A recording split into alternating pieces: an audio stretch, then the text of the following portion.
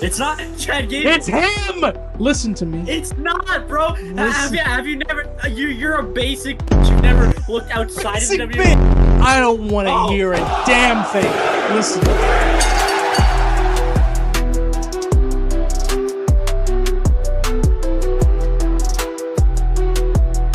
What's up, everybody? Welcome back to another episode of the Beard Bros podcast. My name is RedBeard, and this is Crodock, and we are the Beard Bros. And we got a very special episode today. We're going to be doing some video game tier rankings and of the games that we chose, 15 between both of us. But before we get into that, how's your week been, man?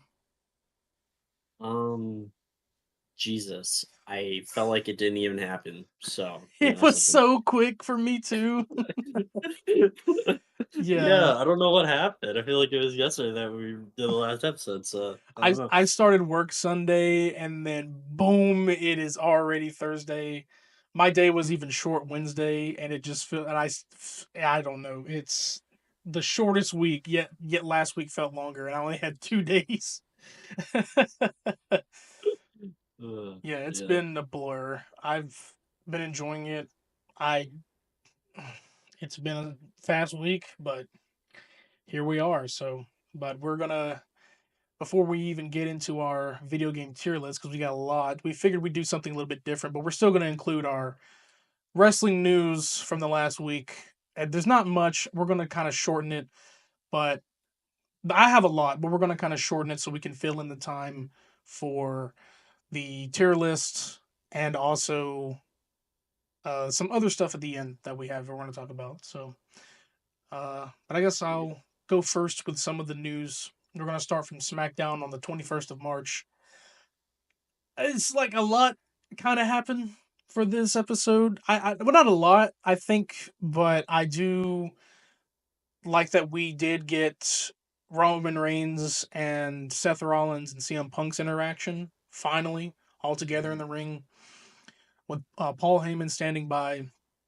And of course, there's some crazy shit going on between Paul Heyman and CM Punk. There's something there. I'm sensing betrayal vibes, but I don't think Paul is betraying.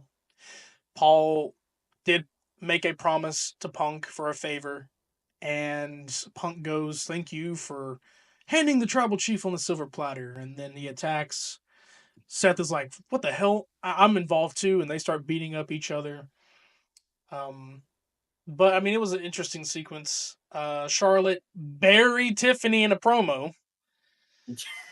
I'm getting tired of making our contenders and current champions weak. I don't know what Triple H is cooking here, but it's like, what are you doing?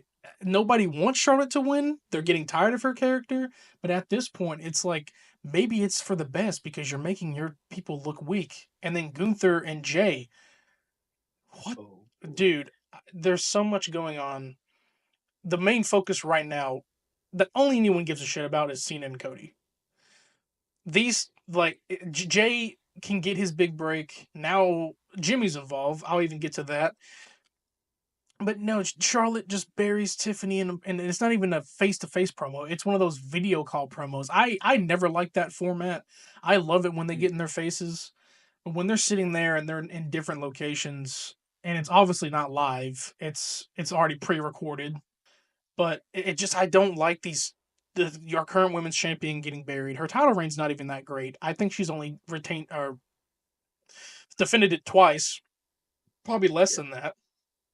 And I think it's twice. The random feud that she had with, like, Candice LeRae and Nia, it worked out. But now that they're off doing whatever they're doing, and the one-off matches with Trish, it's like, if Tiffany retains, she needs to defend it more. But it scares me that they're going for Charlotte since there's no hype here. There's another, like, Liv Morgan is the first woman in the WWE to hand Jade Cargill her first WWE loss. Jade Cargill has not a singles loss. I think they've lost before. I don't think Jade was pinned. She might have been in their first tag title loss, but this is her first singles loss, and she hasn't had many one-on-ones because she's with Bianca, but also because of Naomi's interference. Naomi is a true heel now, and now Liv defeats her. And which is crazy. Liv has taken down so many people. She is that heel right now, and the hate's fully going away from her. Like people have been tired of her character, but she's getting back to the top. And then Kevin Owens and Randy Orton are officially confirmed. We knew that was coming for WrestleMania. There's not a stipulation, I don't think. There needs to be. I'd like it to be like, but I feel like we have like two or three SmackDowns left before WrestleMania. A stipulation could happen at any moment. A match can change a week or two before WrestleMania.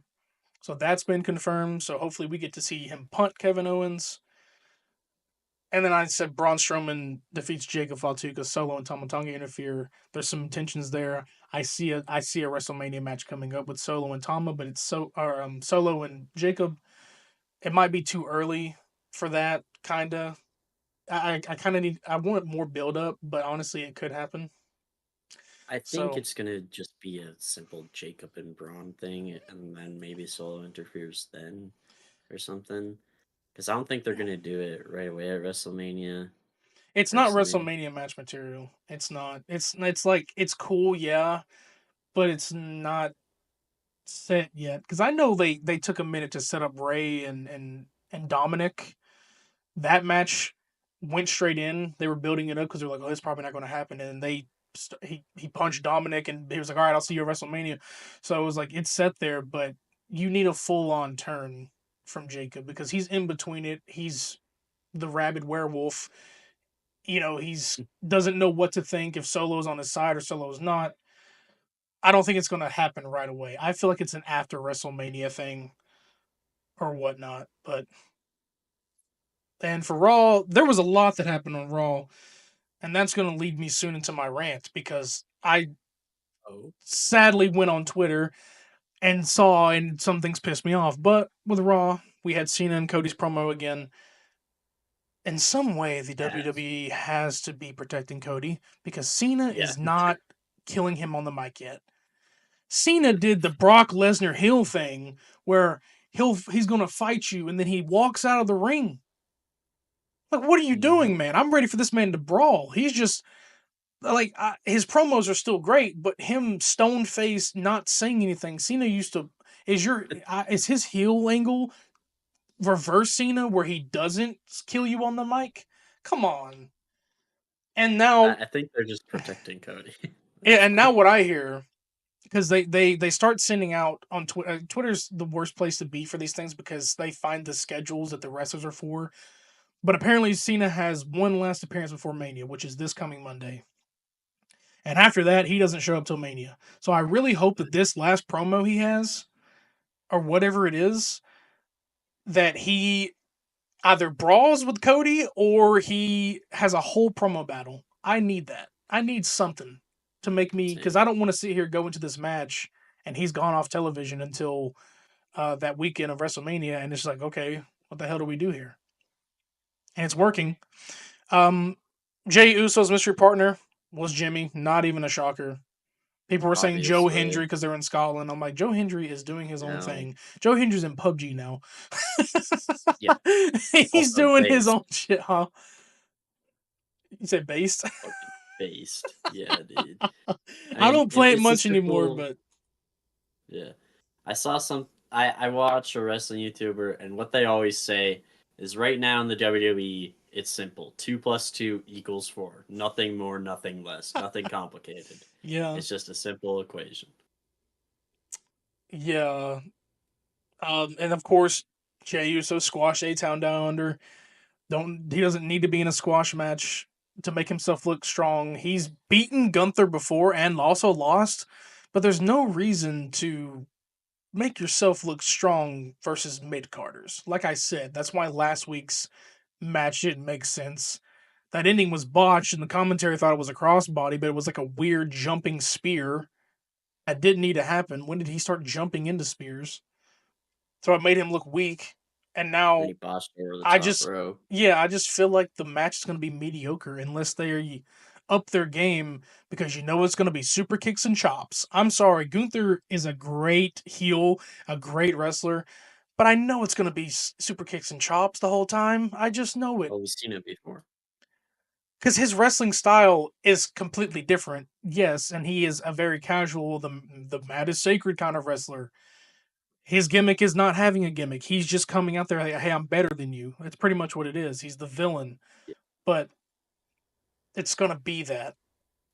I just hope that they try to make it at least a little better than Jay versus Jimmy, which they probably won't. No, it'll definitely be better than that. But it's like the thing is, we've already seen Gunther versus Jay like 3 times, so we already know it's going to be like it's going to be an okay match. It's not going to be super Right. spectacular. It's not going to be super bad.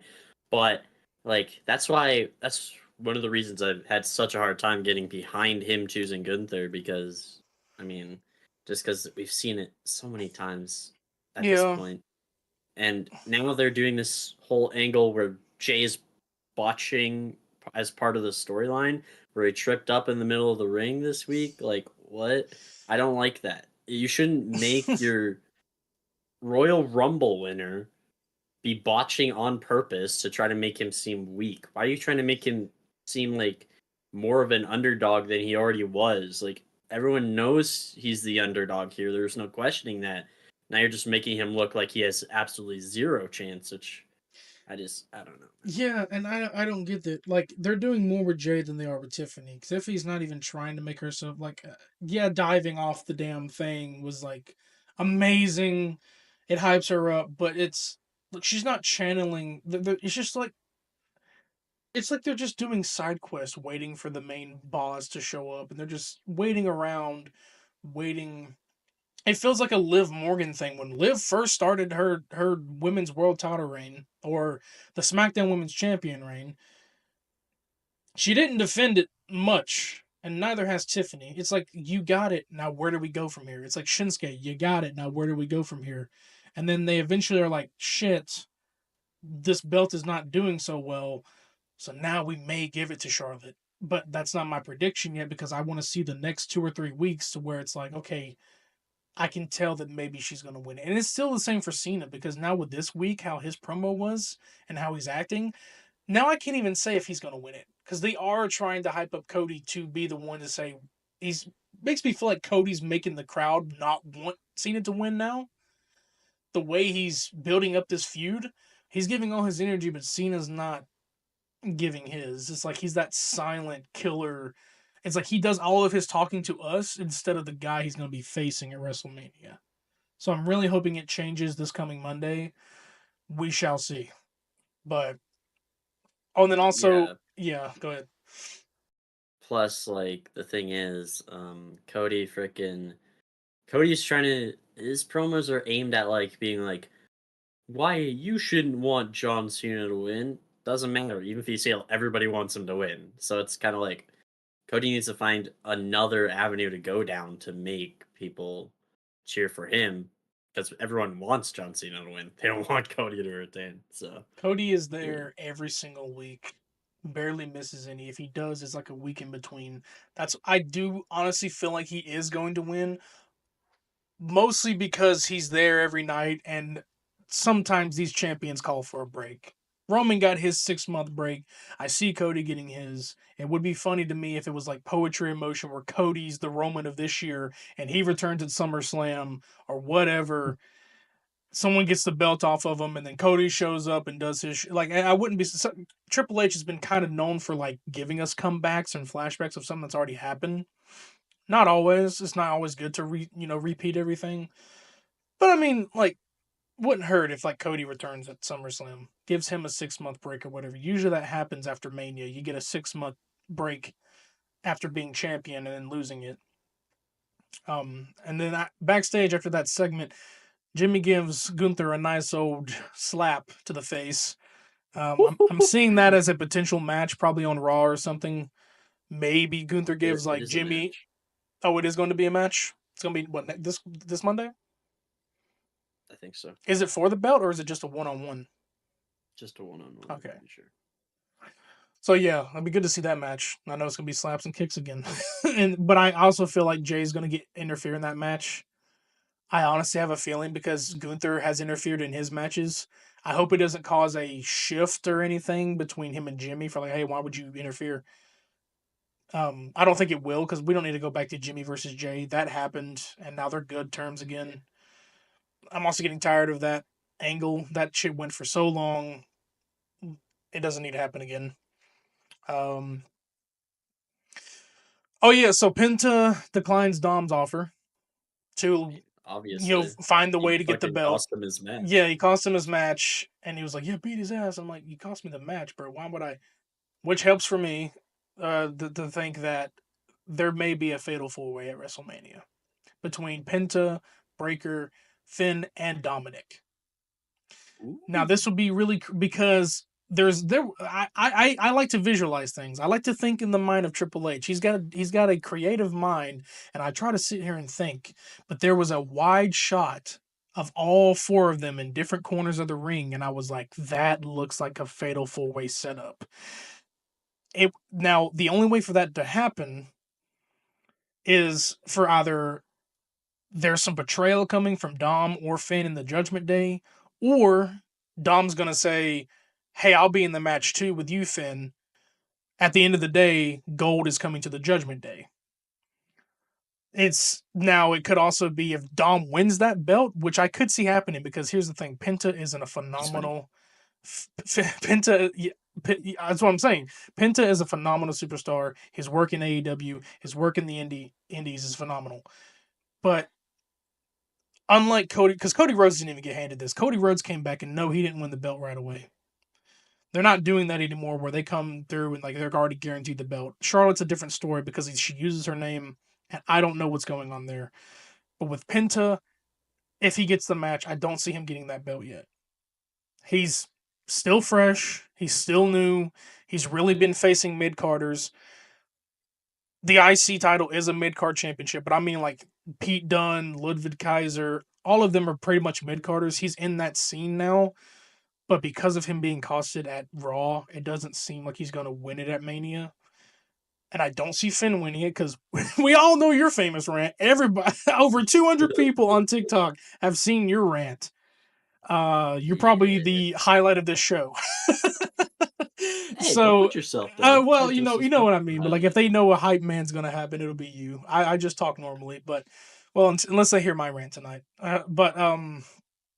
But yeah, it's. I feel like Dom would be the best choice because he hasn't had a main roster singles belt. He had the North American Championship in NXT, and that would also cause a shift in the Judgment Day. Finn wants gold. Dom can win gold, sure, because the Judgment Day now has gold, but that could lead it closer to Finn falling out, and then can't say that this would last that long. Finn versus Dominic at SummerSlam for the IC title. It probably won't go that far. I feel like Backlash would be something.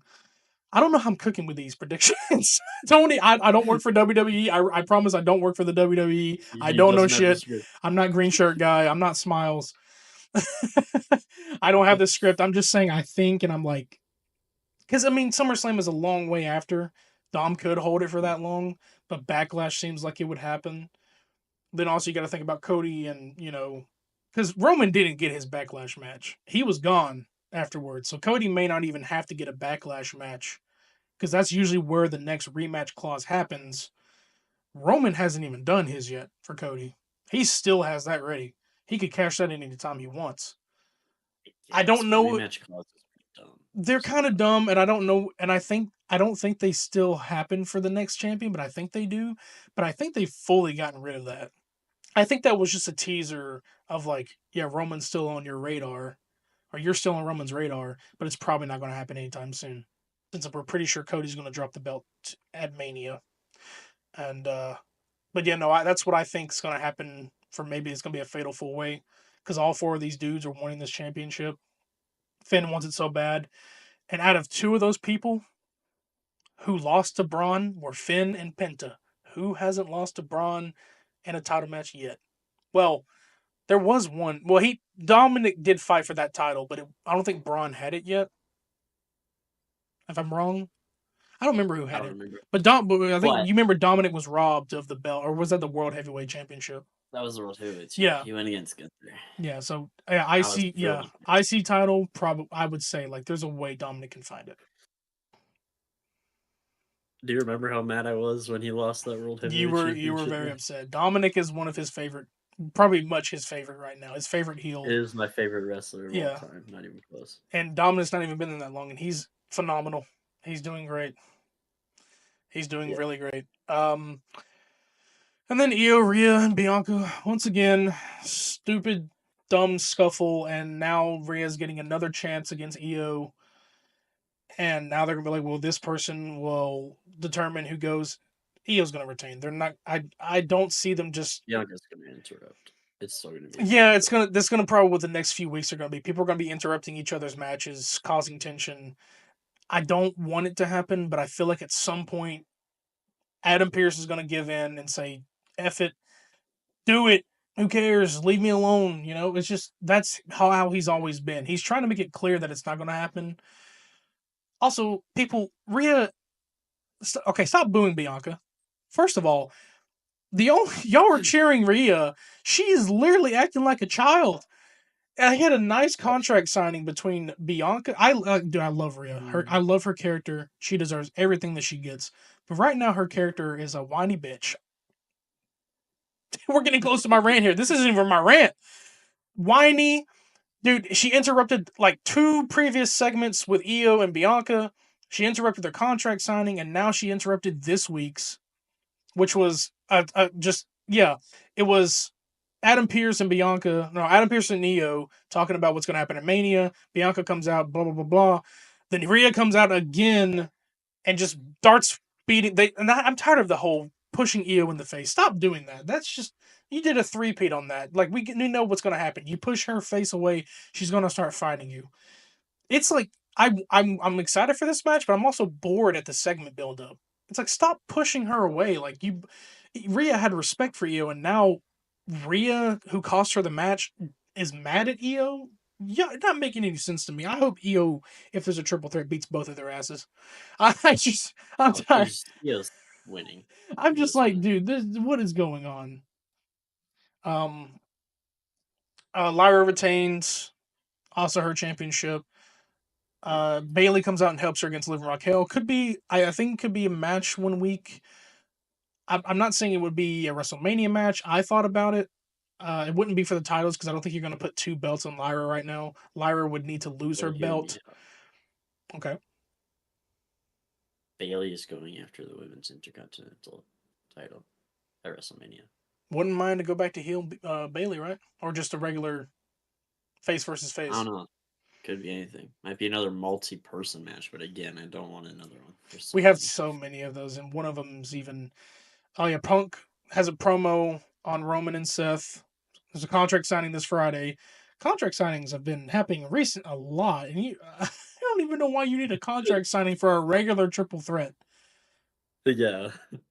And I don't know if the favor from Paul was either just to send Roman his way, or if they get a main event shot, because I do not see Io, Bianca, and Rhea, or Io and Rhea, or Bianca could be main event material.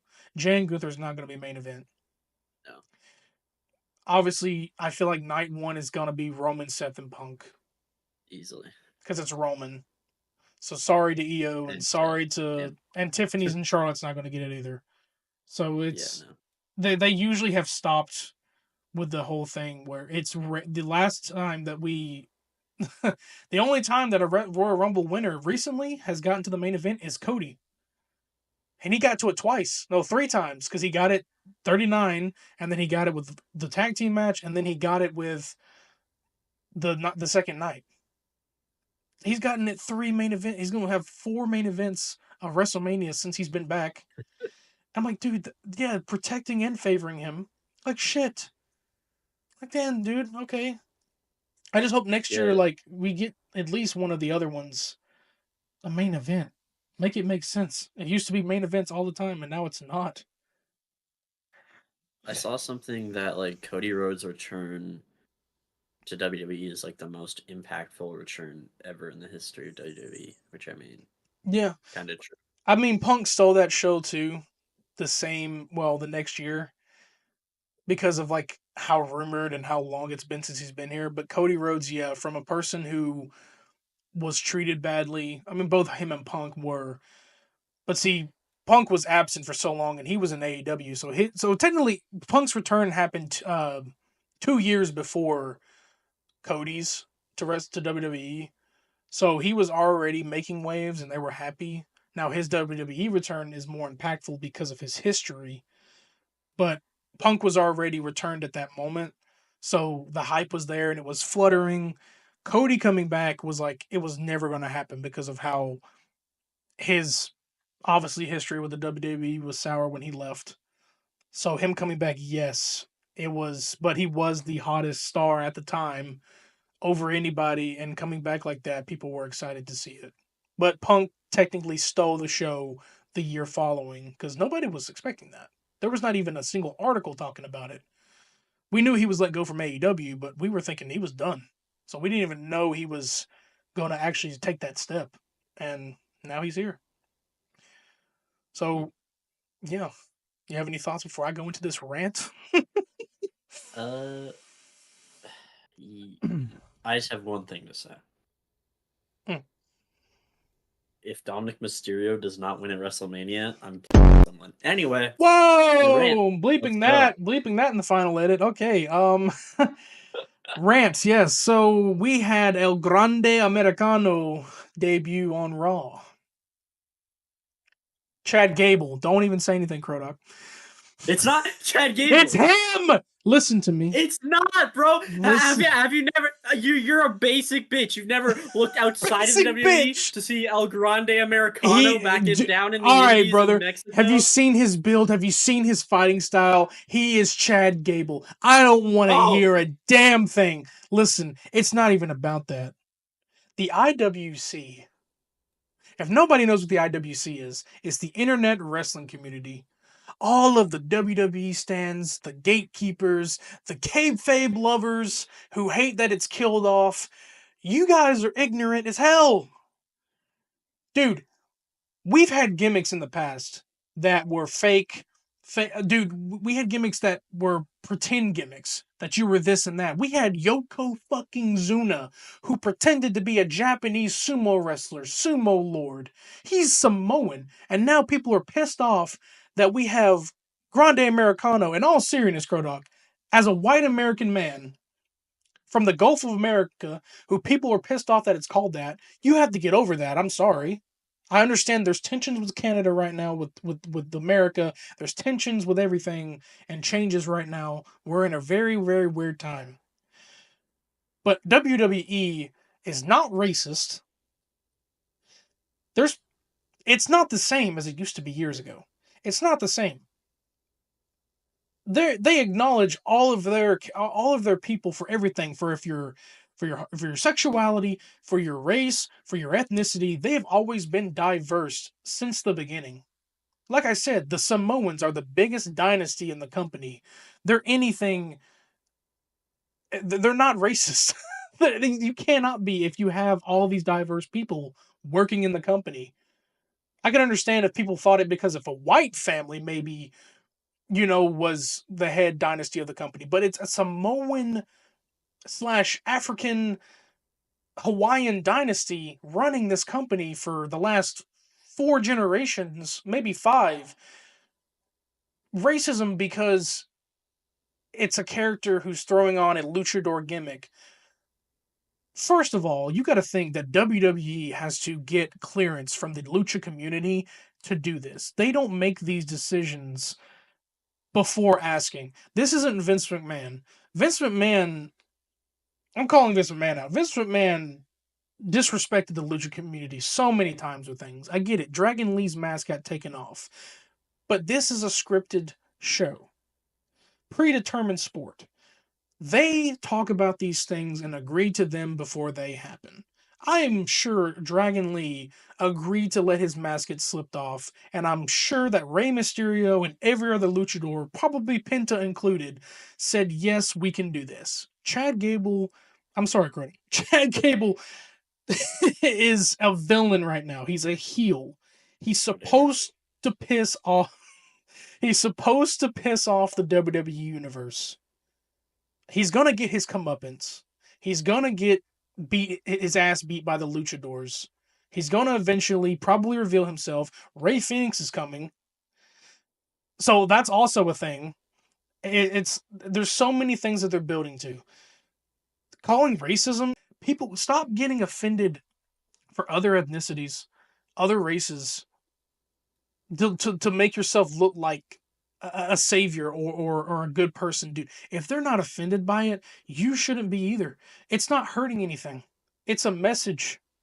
He's trying to mock them as a character, as a heel villain.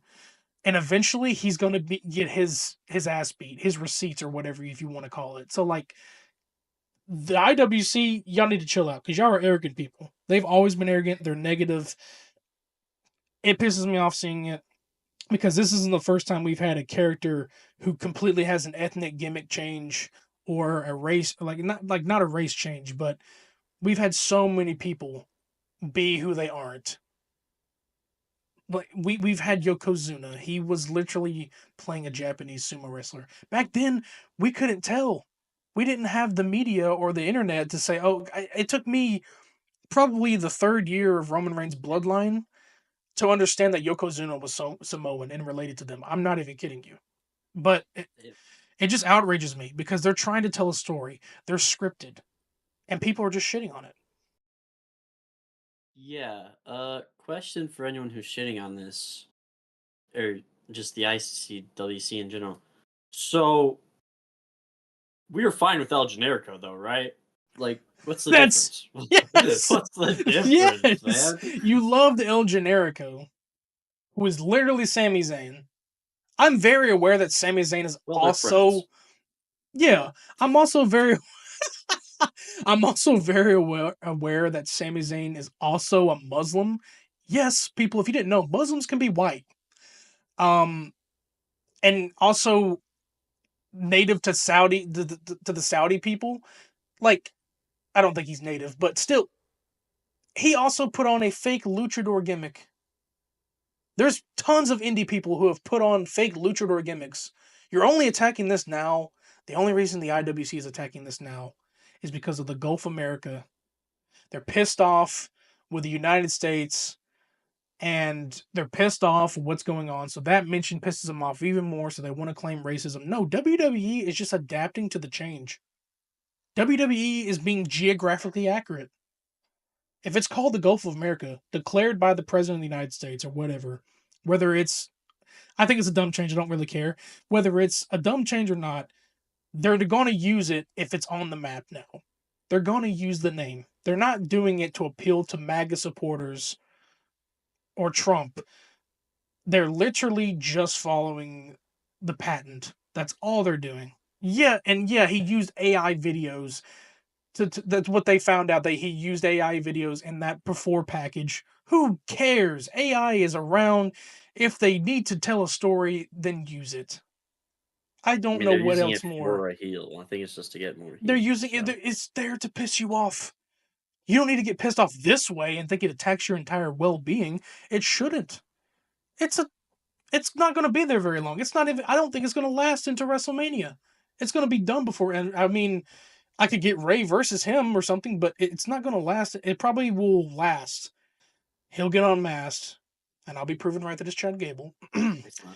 It's Grande Americano. He Oh was my on the Indies for god! 8 years, man. Oh, He was on the Indies for right. 8 years. It's not my fault that you Yep. can't notice that Uh he's huh. alive. Yeah, but I can't wait to come back here and prove you wrong. Oh But yeah, listen, okay. either way, whoever he is when he's unmasked, it may lead to a Mania match. It may not. He'll be unmasked probably soon. It's not going to last very long.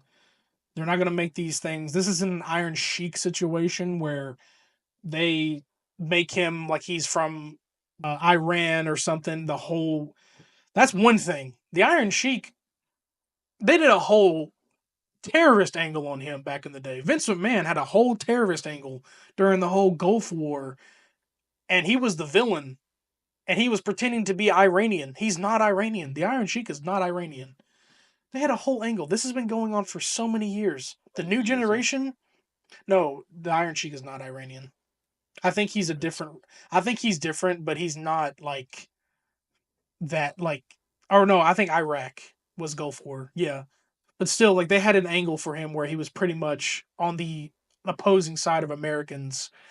Um, I'm pretty sure there was literally a tag team called the Anti-Americans who burned a flag on national television. Dude, this is not an abnormal thing for WWE to do. And I know it's Triple H. Stop calling him Vince. He's not Vince. It's an angle that he came up with, or Chad or whoever's behind the mask did. Just let it marinate. You'll be over it in 2 weeks. That's my rant. IWC He is is negative, and they do Iranian. so much shit. What happened? He is Iranian. I just looked it up. Oh, well, it was an angle that they did, and they completely. I think they changed his to Iraq. I think it was different. We weren't having a problem with the Iranians. It was the Iraqis. So whatever. Political talk sucks anyway. When you combine it with the WWE, I hate it so much. But that's the end of my discussion. I just need to rip you IWC people a new one. You people are need to chill. It's a television show. It's fun. Have fun. Rude. That's the end of Like my it's not the end of the WWE. world, man. No, it's not. People found it. Most of the people, even the Mexican community, Latinos, whatever, I'm sure most of them found it funny. It's my favorite part of the show right now. I'm not gonna be honest with you, except for aside from Dom. Oh Yeah, it's goodness. that shit. I don't know, but we're going to get into the meat of this podcast. Do you have any further thing before we get into the main focus here? I do. Okay. So I believe right before we did the last podcast, or it was a bit after, I finished the story of Monster Hunter Wilds. Okay. And I will probably make a review of it somewhere, something. I don't know. I'll see. But ignoring that, I'm done the game. I'm just grinding everything, trying to get everything before the new title update comes out, which holy shit, they just did a showcase for what's coming. And it's kind of obvious to me, and I feel like a lot of people, that everything that is coming was planned for launch, but because they were trying to meet a deadline, they couldn't make it happen. Because this is all stuff that should have been like in the game from the start, and it feels Right. like it should have been since it's literally coming out in like a week. So I think it was just like a time thing where they couldn't get it on time. But now we're getting freaking a gathering hub, which thank God we sorely needed that. And for those of you who don't know, gathering hub is basically a place where you gather. I mean, it says it in the fucking name. You figured it. You figured it fucking out. Anyway, For any of sorry. you I'm Monster just. Hunter nerds listening, he's the biggest here between us. Yeah.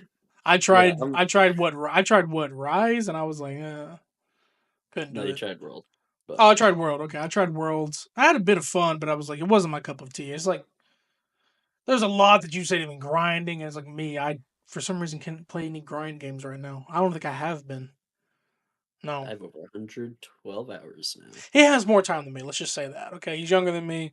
He's at In home. what? He's got all the time to be the content creator. That's why we got to get this man up in the subscribers. Subscribe to Crodoc. Throwing that out now. Subscribe to him on Oh, Twitch, but I yeah. think he's starting to use YouTube probably more. But yeah.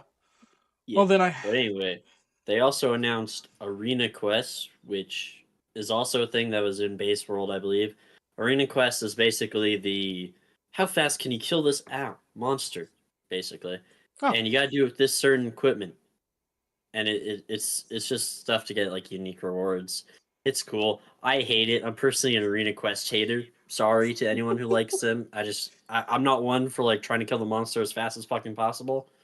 But then we have frickin' Mizutsune coming, which is gonna be interesting. A lot of people are mad about that. Stop complaining, you shitheads. I know we got like 4 versions of him in the last game, but like just chill. It's okay.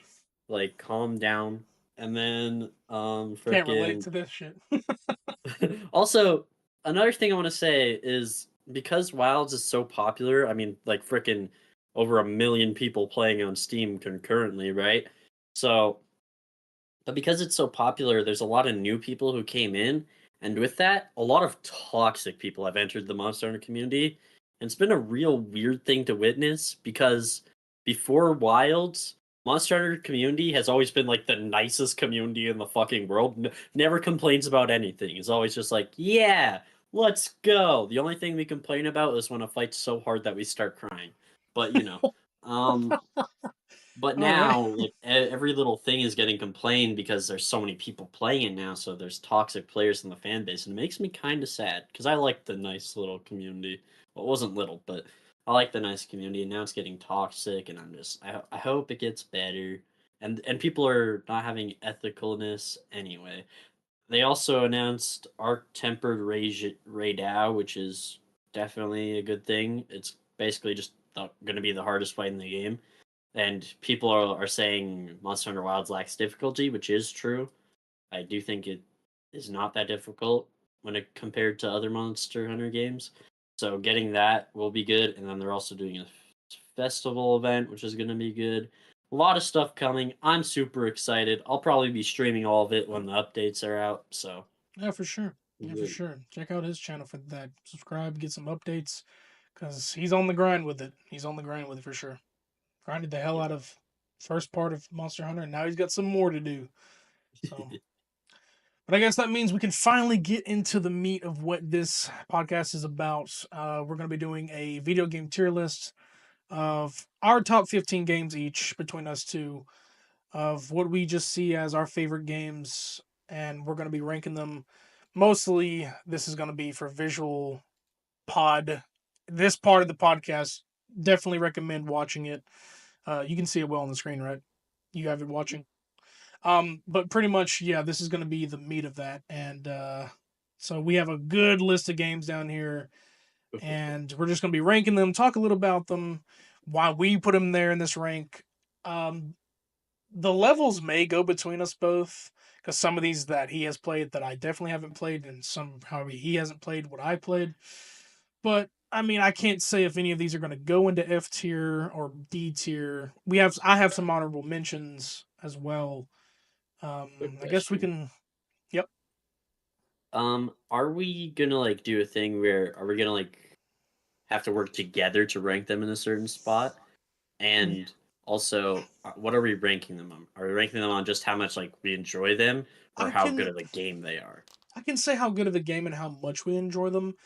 If we have a game that we've both similarly played but haven't chosen our list, yeah, we can kind of work together and see where they go. Because you can have a different opinion, I can have a different one.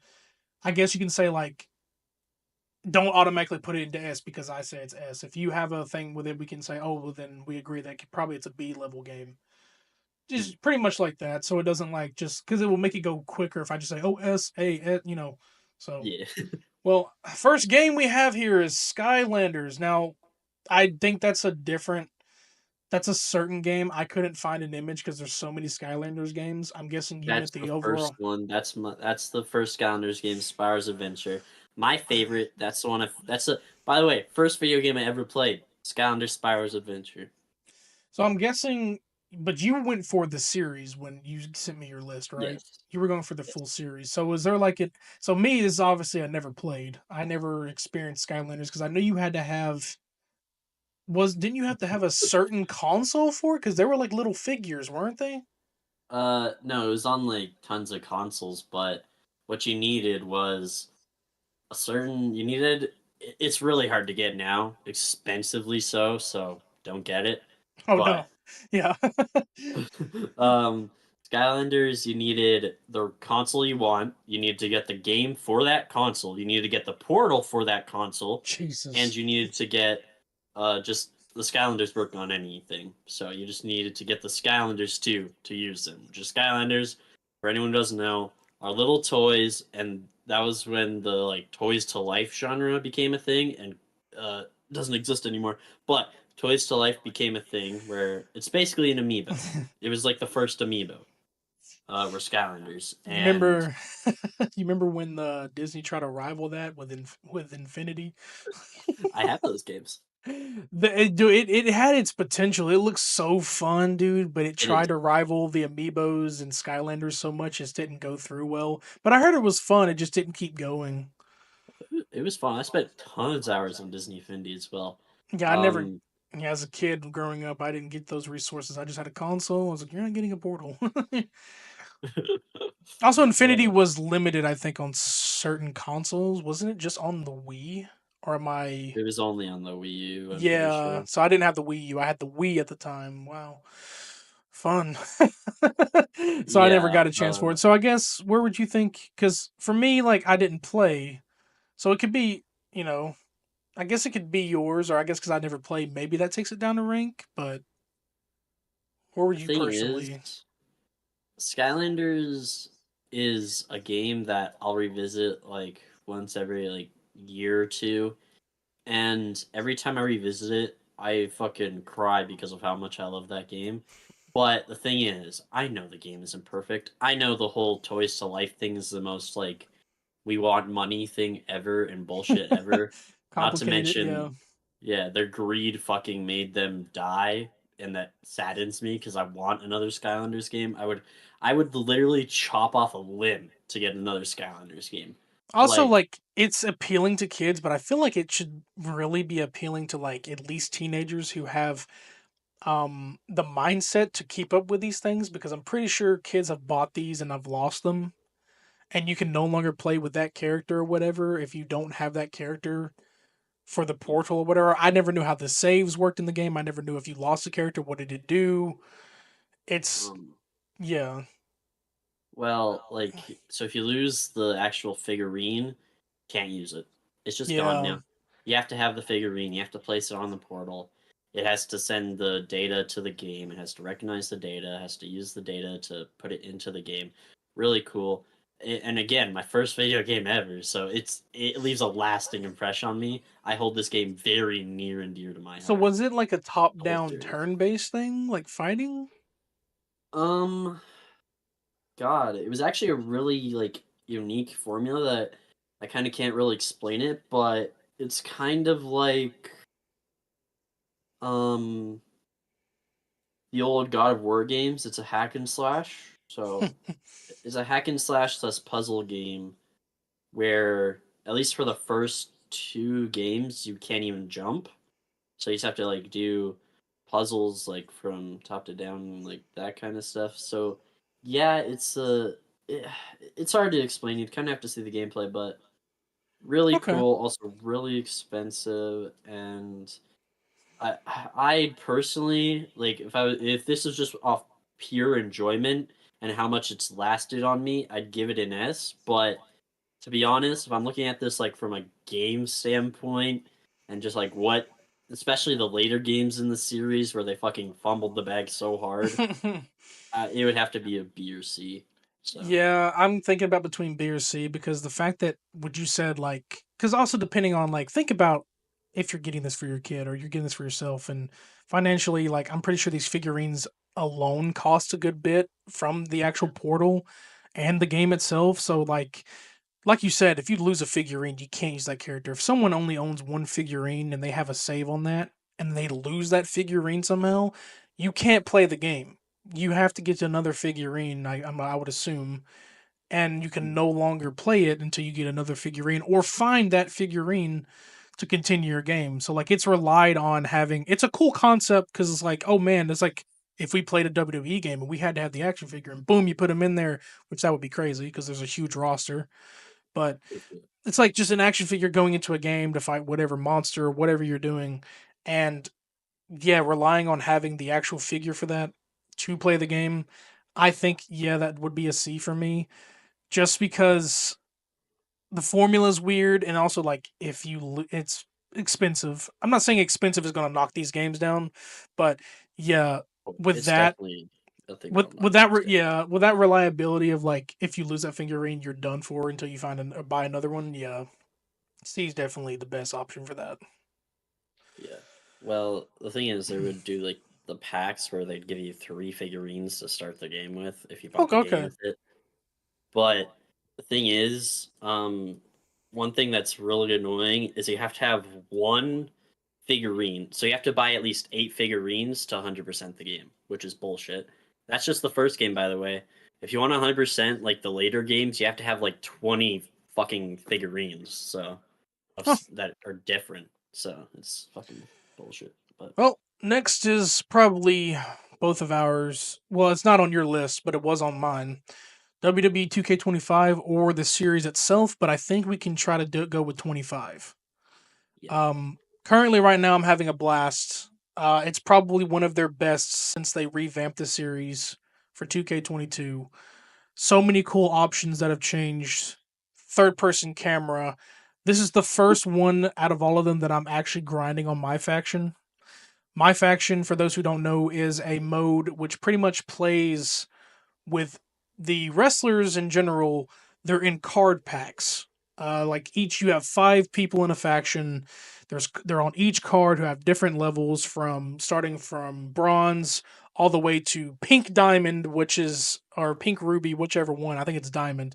That is the highest level. So like bronze, silver, gold, sapphire, emerald, all of those, and you can do so many game modes with it. You can rank up your cards.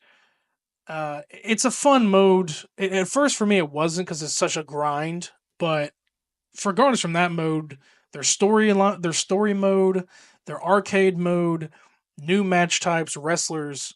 It's definitely probably in the A range for me because there are some flaws with it, which is personally the online. The island I haven't touched. The island is a new mode that they added, which is pretty much like NBA 2K's City, where you get to roam around, do challenges, upgrade your character. It's rubbed me the wrong way because its online mode is so hasty. I've lost 3 online matches versus another IRL person. They don't know how to wrestle. They don't know how to wrestle. The island mode's kind of buggy as well. The game's crashed on me probably many times, but I don't know if it's a 2K thing. It brings it down to an A for me because of this. Everything else is fun about it, but it's not S tier probably because it's just it doesn't feel like it to me. I'd put it in a B personally. A And B. listen, it's not because I don't like 2K. I love the 2K games. It's just for me, it's just missing something. Like I want to just be able to do a bit more, and I don't know exactly what I want to do more of, but something. So I don't know. Yeah, and there's some things that have changed weird with the customization options. For some reason, Superstar Creation Mode is the most laggiest mode in the game. I don't know what it's trying to do. What's wrong with it? If you want to give your character, there's a thing called paybacks where you get these abilities you can give to your character. You can give him a move theft mode where he steals the move of another wrestler. You can give him rage mode where he, gets rid of his power and he can, upgrade it to a finisher, be ready before you for some reason to get one of these abilities, which is called resiliency, where you can easily kick out a pinfall or a submission. You have to leave the character creation mode, go back in it. Your character has to be an 80 overall, right? Or 85. Is it 85 85. or 85 or above overall? You're pretty much your superstar level.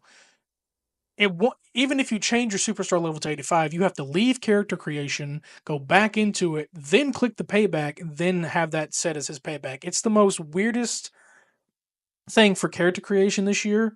It's like they relied on every other mode, and this is the worst one. I don't know. So I mean, I think B works for me, honestly, just because like everything is great besides those couple of modes, and then the online is still like an issue. He and I, the first day we played, he's from Canada. He's from another country. I'm all the way at the bottom of America.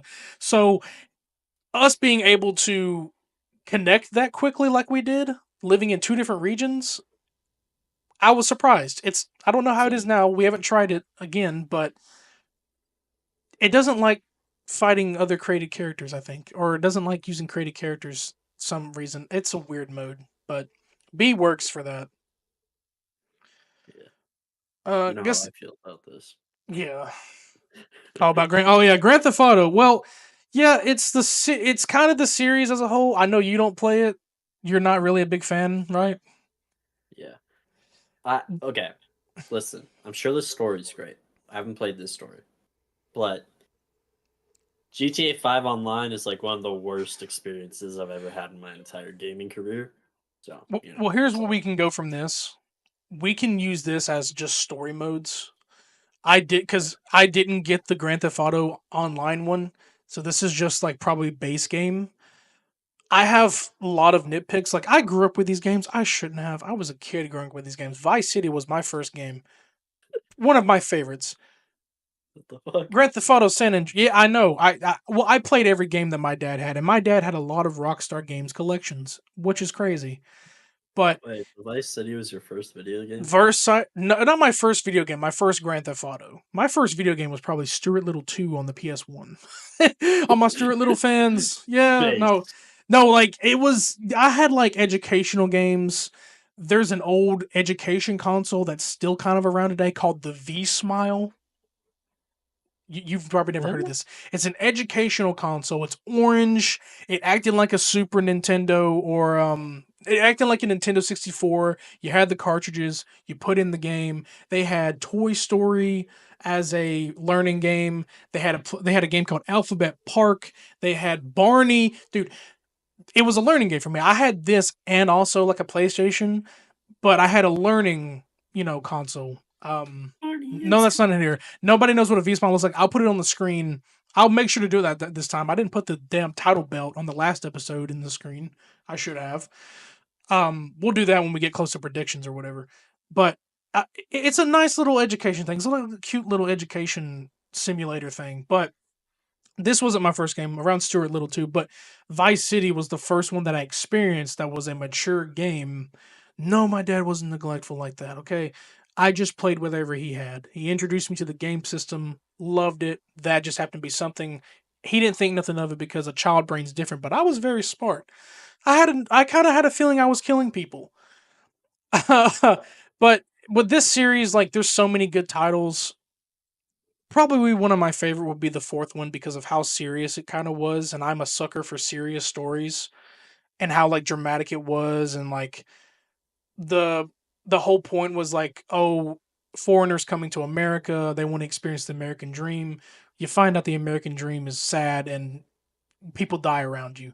Five story is great. I'm been recording. There's a GTA 5 playthrough coming out soon from my channel uh, in honor of like GTA 6's release, which I can't tell if it's delayed or not at this point. I'm just waiting for news at this point so I can report on it and talk about it. But for me, it's a B. There's some ups and downs Alright. with this, and even online is what turns it down too. So Alright. maybe Do you want to between order C, them into it? Like, maybe between C and D, maybe for you, or like you think C is a good I'm fine option. with a B. I know how good GTA is. Like, I'm not gonna ignore that just because I personally am not a Yeah, I'll fan. put it behind. Yeah, because this is still going into the. Because yeah, I'll do it like this, like in the order as well. So if something's better than the other in that category, 2K25 is still a little bit better than Grand Theft Auto. Yes, I've been playing it, but and now we have God of War, the series, which is there's two down here because there's a specific that I grabbed and I did that for a reason. But you Okay. specifically went with the entire series, or was it the Ragnarok series? I want the entire series because Okay, I don't know. have you I just played the looked at whole? the whole thing. Have you played the whole No, series? no. I've played. Okay. I've played all of 2018. I platinum 2018, platinum Ragnarok. By the way, platinum Ragnarok on the hardest difficulty took like 700 or something deaths. I have it somewhere. Yeah. I, you know, Shit, dude. Well, the thing is, Ragnarok's platinum list was easier than 2018's. Now, if you're going to go by feeding, took me longer though. defeating the Berserker King and Gná, Sigrun was something else. Sigrun was something else, but also there was more collectible stuff to get, like the little story scrolls you had to find too around the map. That was so hard to find. And the eyes of Odin were also a pain in the ass a little bit for me too. But I don't know. I finished 2018's platinum like in a week, so I don't know. That's pretty What's easy for me. what's funny? I finished them backwards. I finished Ragnarok story and Platinum, and then I went back to defeat Sigrun in one attempt because I defeated Gná and King Cracky, the Berserker King. It's a dude. The series, yeah, the series recently is phenomenal. The series as a whole, I've played all. Now, when I say all the games, I'm not going to include the spin-off stuff like Ascension. I have That's played not spin-off, Ascension. part of the story. Well, it's a part of the story, but I mean like what they were Ascension, on. Chains of Well, I mean Olympus, like in the Ghost of main Sparta. like the trilogy and then the duology. I meant like because they're spin-offs in a way of like because some of them are prequels where it tells you the story between Deimos and Kratos, which happened before God of War 1, and then the other one, there's one of them that happens in between God of War 1 and 2. So like they're not spin-offs, they're to the main series, but they're like a spin-off from the main story of 1 through 3. So that's what I kind of mean by that. They're still kin to the story. Yeah, yeah. But I mean, I get it. the main timeline is what I can say I have played. Because it's really hard to access the old side timelines because most of them are Oh, like on the you P. the PSP games are impossible to They're find. impossible to play. Yeah, Ascension is probably the only one that's able to play because unless you find an emulator, I'm sure there is something you can find out there to play. You know, Chains of Olympus and Ghost of Ghost of Sparta. Sparta, and then we're not talking about Betrayal, the mobile game. I don't even know what the That doesn't hell that that doesn't doesn't count. count to me. But Ascension, you can. I'm pretty sure you can stream that to the PS5 streaming net, PS Plus streaming You network can. thing. That's the only one that's available, and you can get that on a PS3 emulator or a PS3. That story is actually kind of okay, but it's a sour taste in the God of War community. But I've played through from 1 to, I guess you could say 5, God of War Ragnarok. I played through all of those, ranking them as because I don't want to rank them all because I do have 3 here. But as a whole, where would you say that you would put S. S tier? Yeah. That's not even a question for me. I could honestly roll with that because it is one of Sony's biggest IPs that have really made me a favorite. And I think for a good bit of time, Kratos was my main guy, even a PFP at one point. But God of War 3 here, me personally, Ragnarok was phenomenal. 2018 was a great way to get back to bring him back. 3 is probably my favorite. And it's a no question S tier for me. It did so Same. much very well. It's crazy. The thing is, I have to put it in front of the series as itself because of just how it's where everybody's told to go. It's like, what do I play before Yeah, Ragnar true. or 2018? Go to 3 because 3 is literally he finishes his mission. Spoilers, but it's an old game. Spoilers, but he completes his mission. He gets his revenge, and then that's what leads you. Because really, 1 and 2 are build-ups. Obviously, 2 is probably my favorite out of like my second favorite, and then 1 is 1, but 3 is where shit. Well, 1 as early as it was, the gameplay was kind of. It felt like it was True. I didn't beat it. harder. I tried it. I didn't beat it. I managed to. It took me a while. Those controls were different. It was a step up in 2. 3 was a giant jump in the gameplay.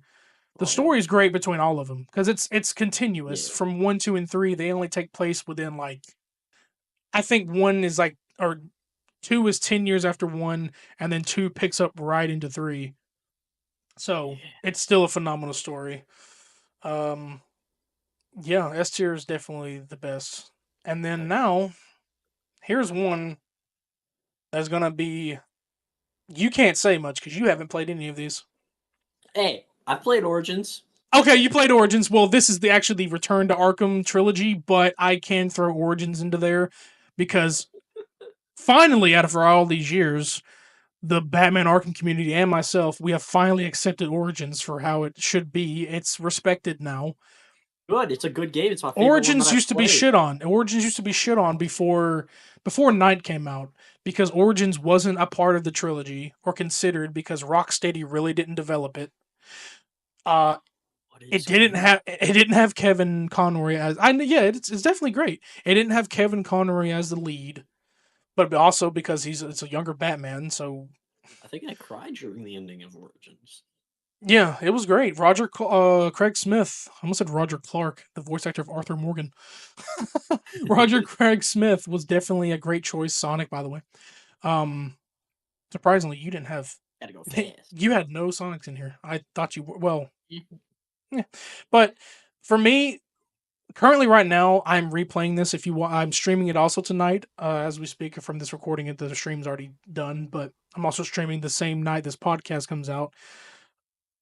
It's a phenomenal. It's probably one of the first ever phenomenal. There was a trope during this time where there was a lot of superhero games coming out. Spider-Man the movie games were going on. The Incredible Hulk had a game at one point.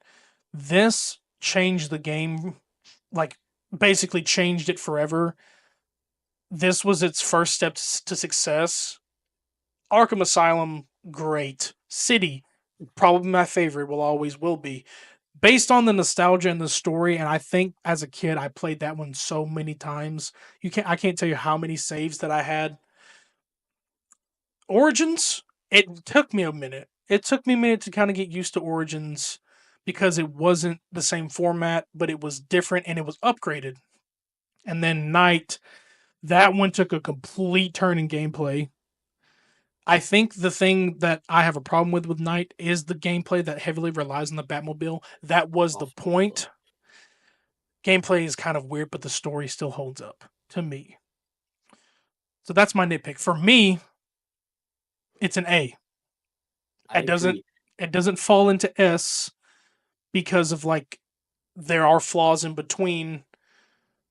I will say the Return to Arkham trilogy and Origins work well together in every dynamic and story. But for me, it can't. It just doesn't fall into S. You think it is A? Yeah, especially because I love Arkham games. I listen. I don't even know the story, but like the He only one can't I even watch play my is streams. It sucks. Origins. He can't Oh even watch yeah, my streams, man. yeah. No, One of because our viewers had to tell him that I was done, and he was like, "Oh, he's just doing Riddler. Okay."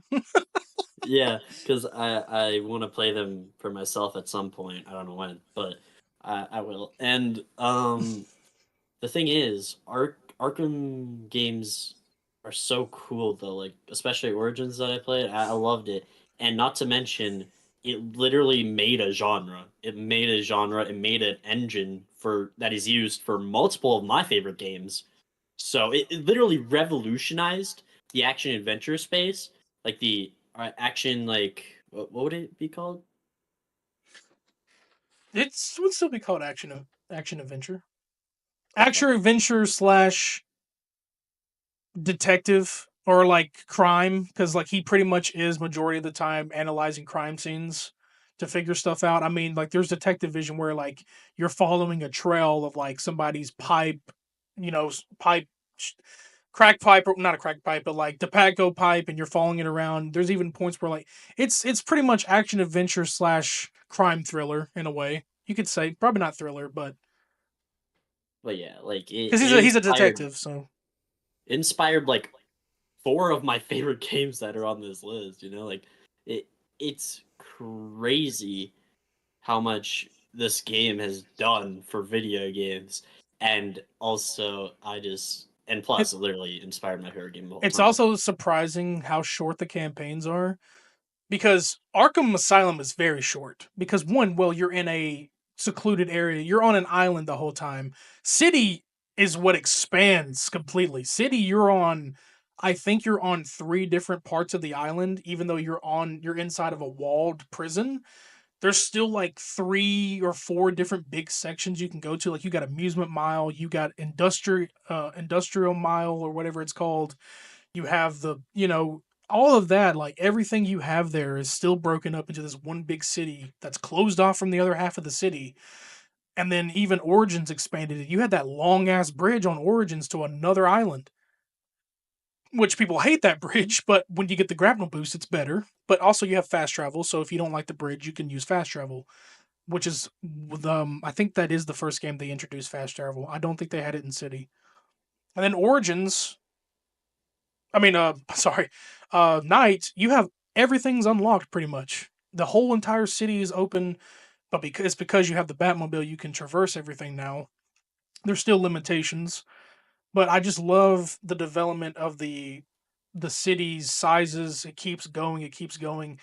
And even though you're always in Gotham, except for Asylum, it always feels like you're in a different part of the world because they rebuilt up every game mostly to look differently, but it always felt like you were in a different world. With the Spider-Man games, which are on here as well, you're always in New York.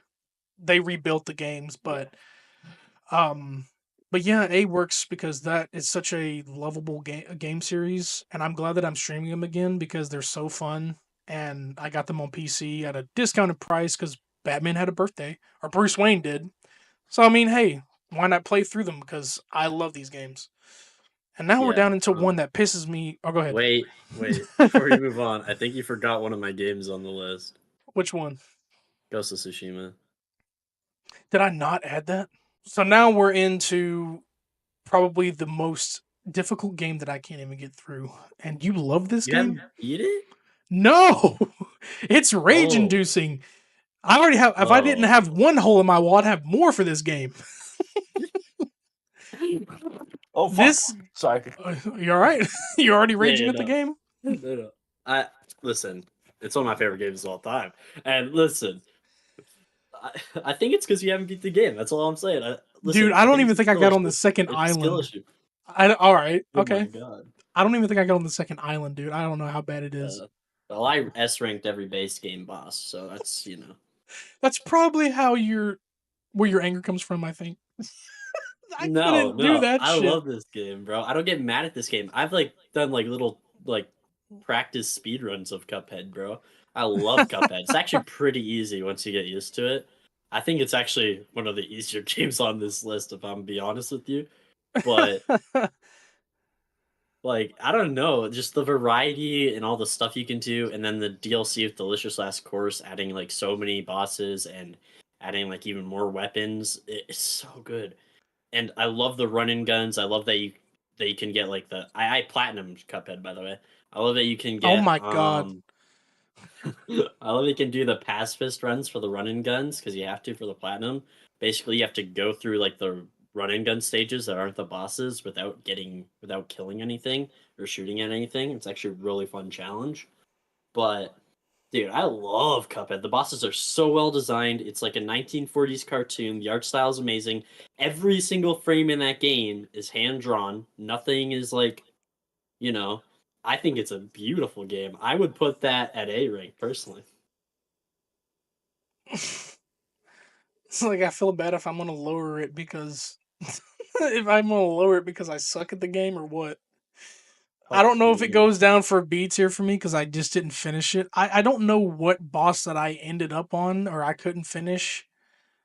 It might have been um the sweets lady, the queen of sweets or whatever her name is. The That's aisle two. Yeah, I think I'm on aisle two, but I don't think that I Fairness got past her. unbelievable. Yeah, I she was pissing me off so much I couldn't get past her, I'm and be it felt honest, like, that's like the easiest boss in the entire aisle. of course it is for you. I mean, honestly, I can negotiate with a B, and maybe we can put it in front of 2K since it's your favorite. Yes. I like it way more than 2K. I feel like you could play Yeah. just for the hell of it if you want to get your anger out or something, or not even Oh, get I your just anger out. love it. It's just me. I'd play it right now. I'd speed run the whole game right I now. feel like I you can do would. it. I feel like you would. And honestly, like I feel like PC players have made that shit. Not, it's probably easier on PC than it is on the console. I can't even tell. I wouldn't know. But there's Well, mods that make it harder. So oh I'll probably wow, do those someday. that's great. That's good to hear. Yeah, because it's too easy, you know? You need to make it harder. I watch a YouTuber shout out Chicken Ninja 42. Basically, he doesn't do it as much anymore because he does like a bunch of other challenges as well. I mean, he just did a challenge for Cuphead though, but he does like insanely hard challenges for Cuphead that I can't even fathom doing. His Oh, most recent challenge that he just released was he had to beat every boss, but there were two of them. So it was like two. So he'd go into a boss fight, and then he would like overlap it with the same boss, but like again. that's So it's torture. facing But the same boss two whatever, times, whatever makes twice, people feel happy. Torture from and Cuphead. also he beat every boss with 10 times their HP. Okay, he Well, all right. Moving on from the torture. This one, I can say that I didn't finish this game, but this is my pick here because the Monkey Man is amazing. So yeah, Black Myth Wukong, one that I need to finish that I've left off in a certain chapter. Obviously, because there's other games that I've come into, that's why I definitely plan on finishing. Probably won't stream it anymore because I've already moved past the point where I was streaming at. I just streamed it for the hell of it because the game just came out when I started streaming. It's a great game. It's hard to say if you want to call it a Soulsborne or a Souls clone. It kind of is, but it's a whole different element. There's been updates in it since I've stopped playing. Like they've added a map finally. They didn't have a map to begin with. They wanted to change it up a bit and make it a crazier dynamic for you to explore the world without guidance. Now I think they have one. I'm not going to rank them off the bosses. The bosses are difficult for sure. I think my favorite boss was Chapter Three's boss. I won't get into any spoilers of it because I don't know if you said you wanted to try to get it one day. I mean, it's Chinese mythology bosses, but it's like a Buddha like boss, and there's multiple sections in it. You fight him first, and then he has this magical bag that shrinks you down into it. You're fighting inside the bag while his giant ass face is looking down at you. Crazy scenery, I think. Um, there's like a Yao Guai king that you fight, and he. Right now, I'm on chapter 4, which is the spiders level. Yeah, he has a bit of a phobia with bugs, but it's the spiders level, which are pretty much. Yeah, I don't think you would even want to play that chapter. You would probably give the game back. Um, yeah, these people that can turn into them. There's a. I'm fighting the boss that I left off of is like a spider hybrid of some kind with someone. He's like half. It's like is it kind of like think of a minotaur or I think a centaur, whatever. Like half man, half you know horse or whatever. Half man, half spider. So he's like a big dude. He's got the spider legs and stuff. It's a difficult boss. I stopped there Oh, because I think it was very the difficult. sexy spider girls, but a dude. Okay. Yeah, yeah, I guess. Well, I mean, his shirt's off.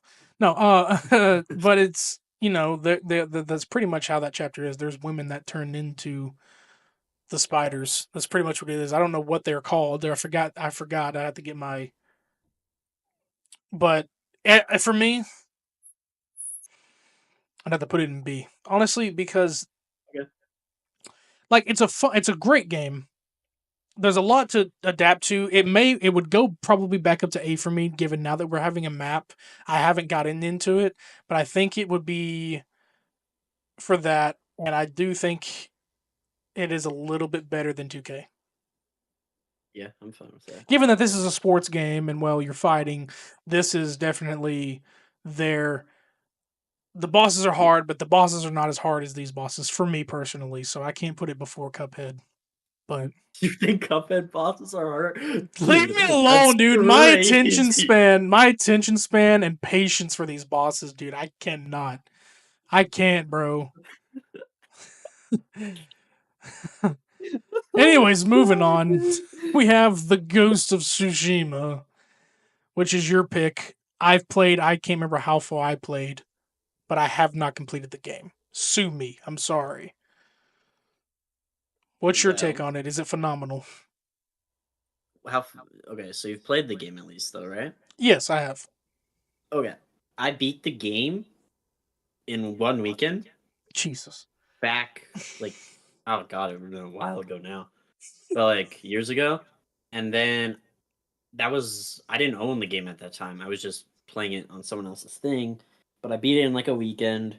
And now I have the game for myself. I've been playing it for a while now. I've kind of stopped recently. I'll get back into it, I'm sure.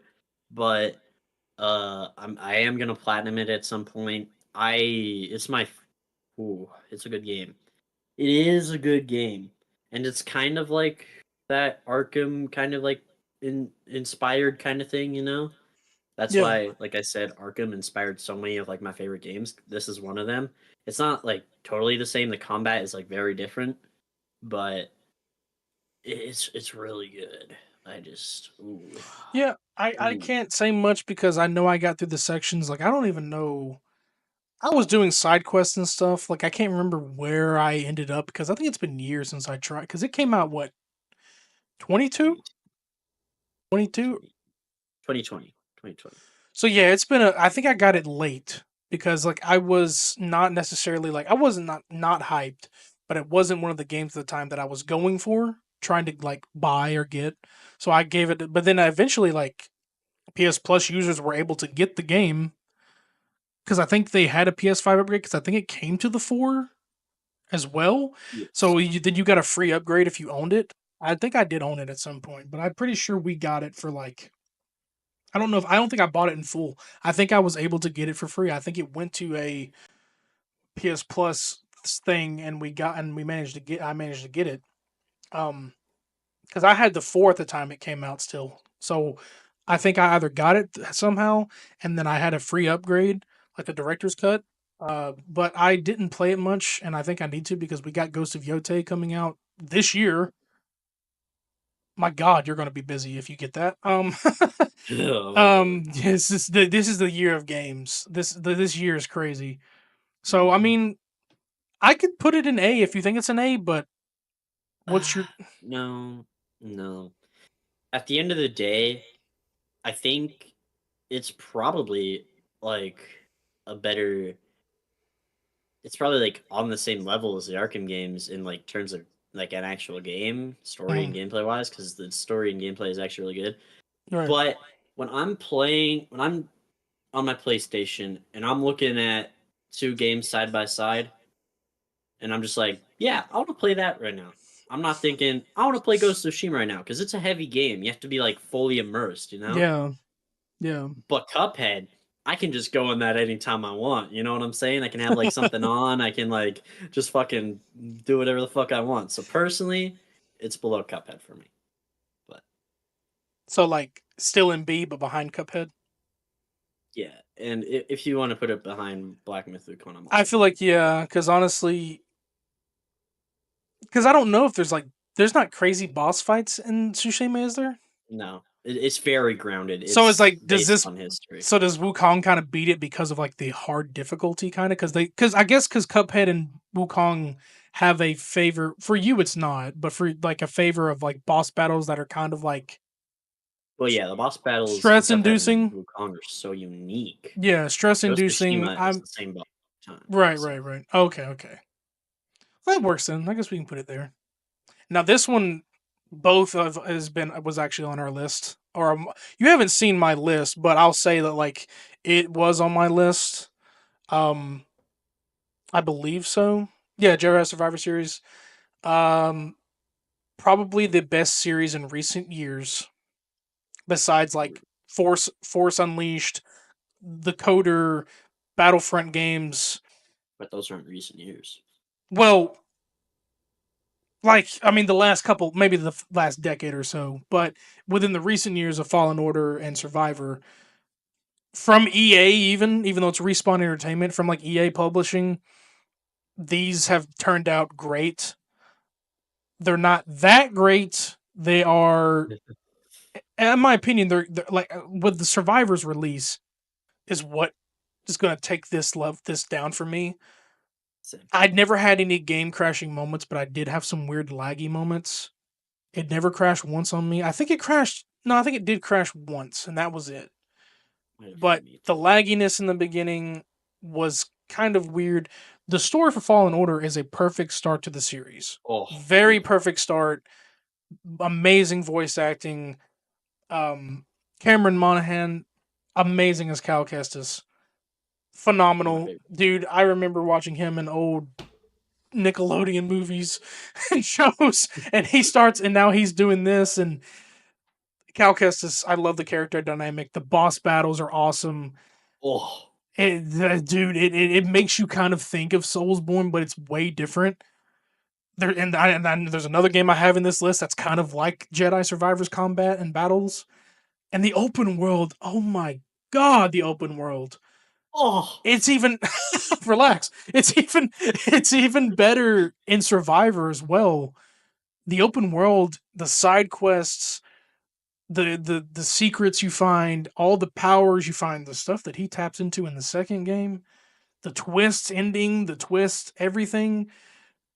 This is by far the best Star Wars series right now in games. I don't know what else if they're working on anything. It's better than any show series right I now as have well. no judgment on Outlaws, but my god. I will not play that game until it becomes a free PlayStation Me Plus monthly neither. game. I haven't even touched Suicide Squad, and that kind of falls in with the Arkham series, but you'll have to beg me to play that game. I have it on PS Plus because it was a monthly game, but I still haven't wanted to get into it. With Survivor, it's gonna bring this game down to B. Actually, I meant to say C. Damn. I here's the thing. I have I kind of it could be B. I'm also trying to Skylanders is by itself, dude. Look, it's by itself, and I'm That's thinking fine. like here's the thing: Survivor Story's great, boss battles are great. There's some things. If I were to put it in B, it would be a low B. It would be it might even be behind Grand Theft Auto for me. Damn. I was thinking A, so that's crazy. But That's uh, well. I mean, the differences between like the launch of Survivor as well. It also is kind of what's bringing me down. I probably shouldn't have said C, but B would probably actually, if it's B, it maybe can go in front of 2K since these three. Well, no. Would you say this is better than Tsushima, or yes, I enjoy, given the whole and maybe boss it's just battle? because I'm such a big Star Wars fan, but I don't know. I love the Jedi games. I platinum Fallen Yeah, Order. I'm gonna platinum Survivor at some point, and I I need don't know. to. It just hits different somehow. Like I think It hits Survivor different. definitely left me with a bad taste in my mouth personally. I know a lot of people love the twist ending and everything. I personally hated that twist ending. I was not a fan. I'll be honest. I did not like the twist. I thought it was stupid. I saw it coming from like 2 miles away, and I don't know. I actually didn't. I actually did not. I was like, where do we go from here? Because now Dagon Gera is gone. So like, what do we do here? And then we gotta get to Tanalor, and then boom, this happened. I'm like, great.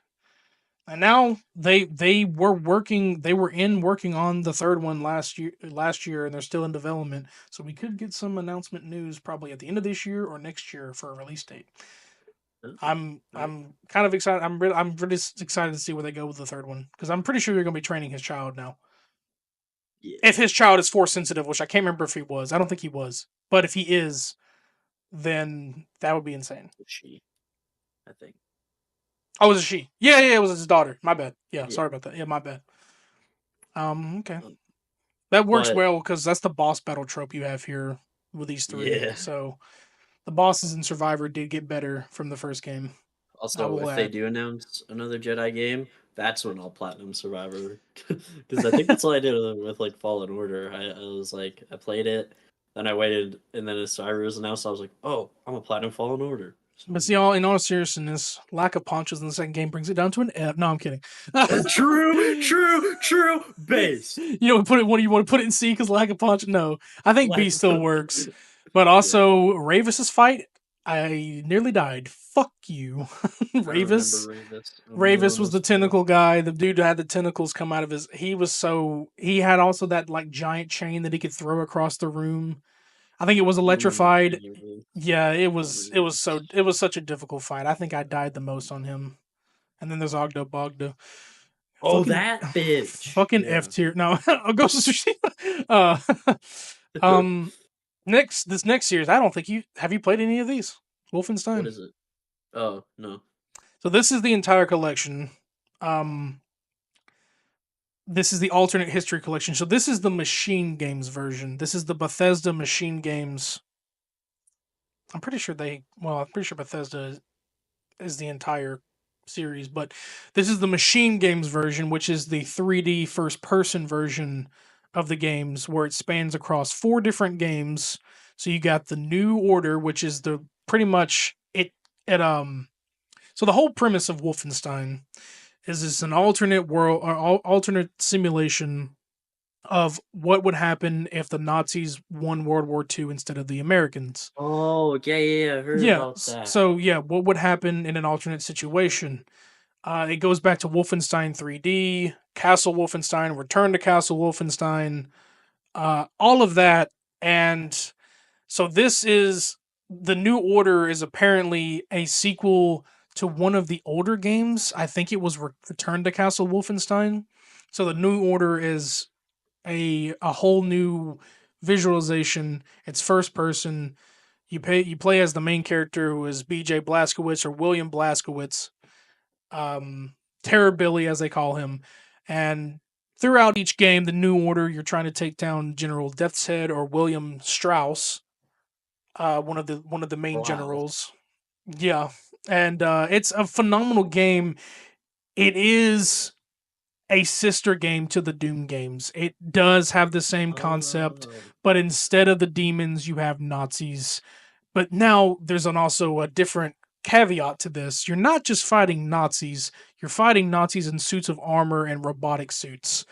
Oh. Um, Somehow the Nazis found a secret stash or a secret ancient technology that the Jews created.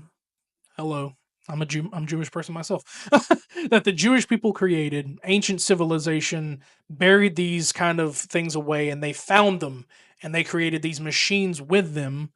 So this is how they won the war. They dropped a nuke on us before we could even do it, or well, we never dropped a nuke on them. We dropped it on Japan, but in this timeline, they were much more of a threat to us than the people who bombed us first, in real US history.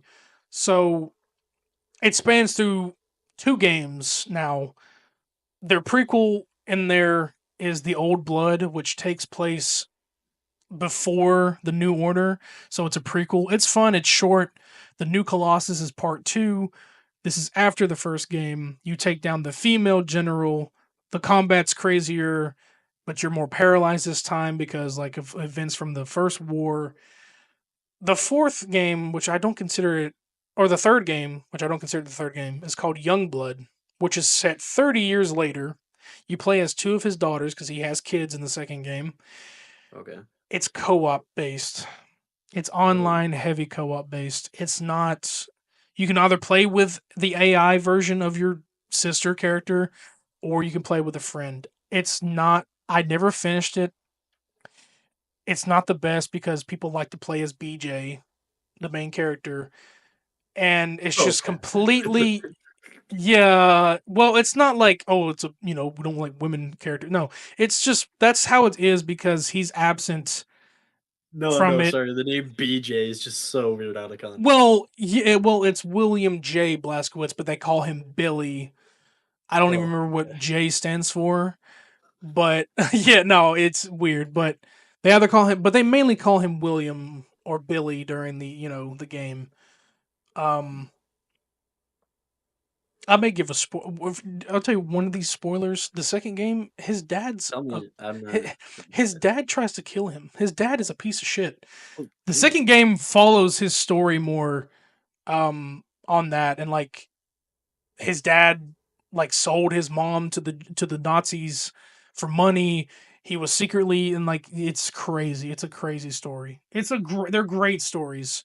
I hope the real third one comes out because they've been talking about it for years, but nothing's come soon of it. But for this game, I'd put it in C, just Oh, because of okay. how. Just the thing is, The Doom series also. First of all, the Doom series is great.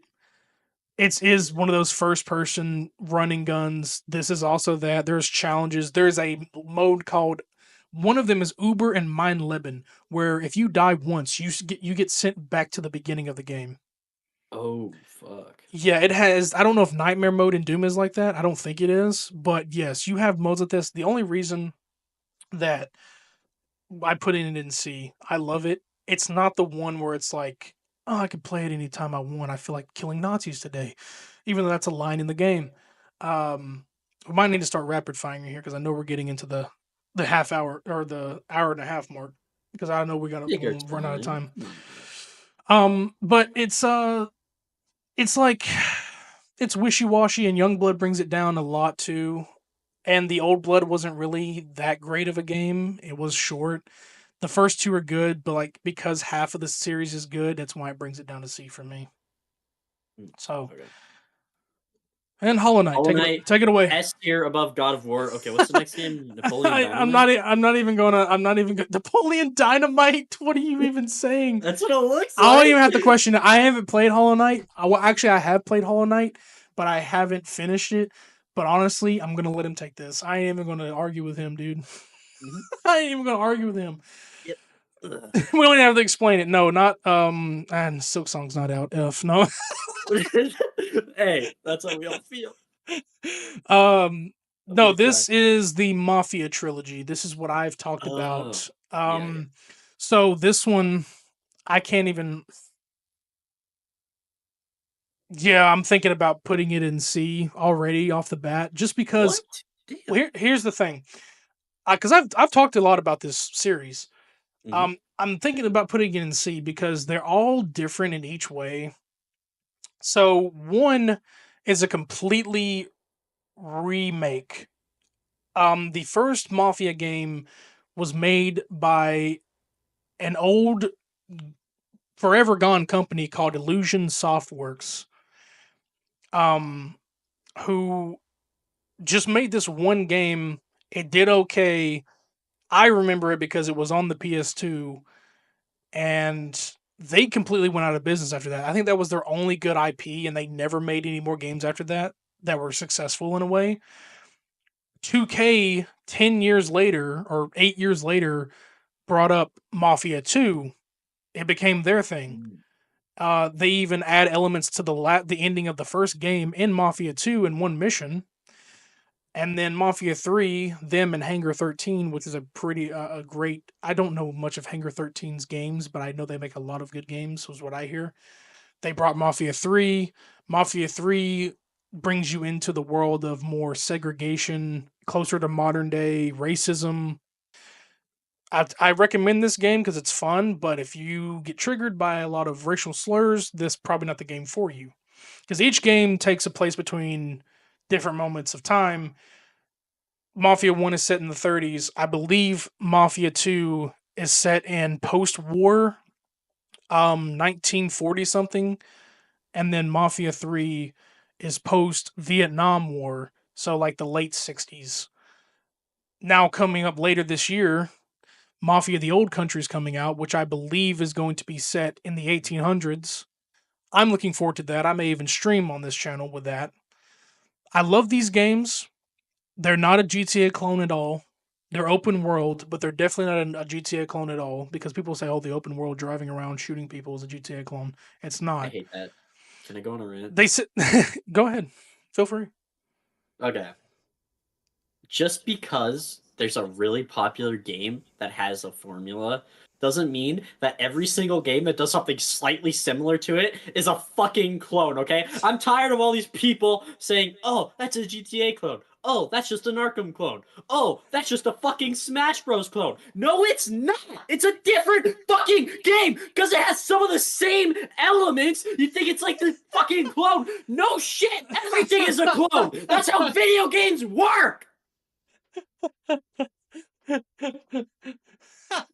That's your second rant on the week. Sorry, I just need to get that off my chest. Two Continue. rants in one video. I mean, yeah, it's the formula is the same. It doesn't mean it's a GTA clone because GTA is obviously a crime simulator.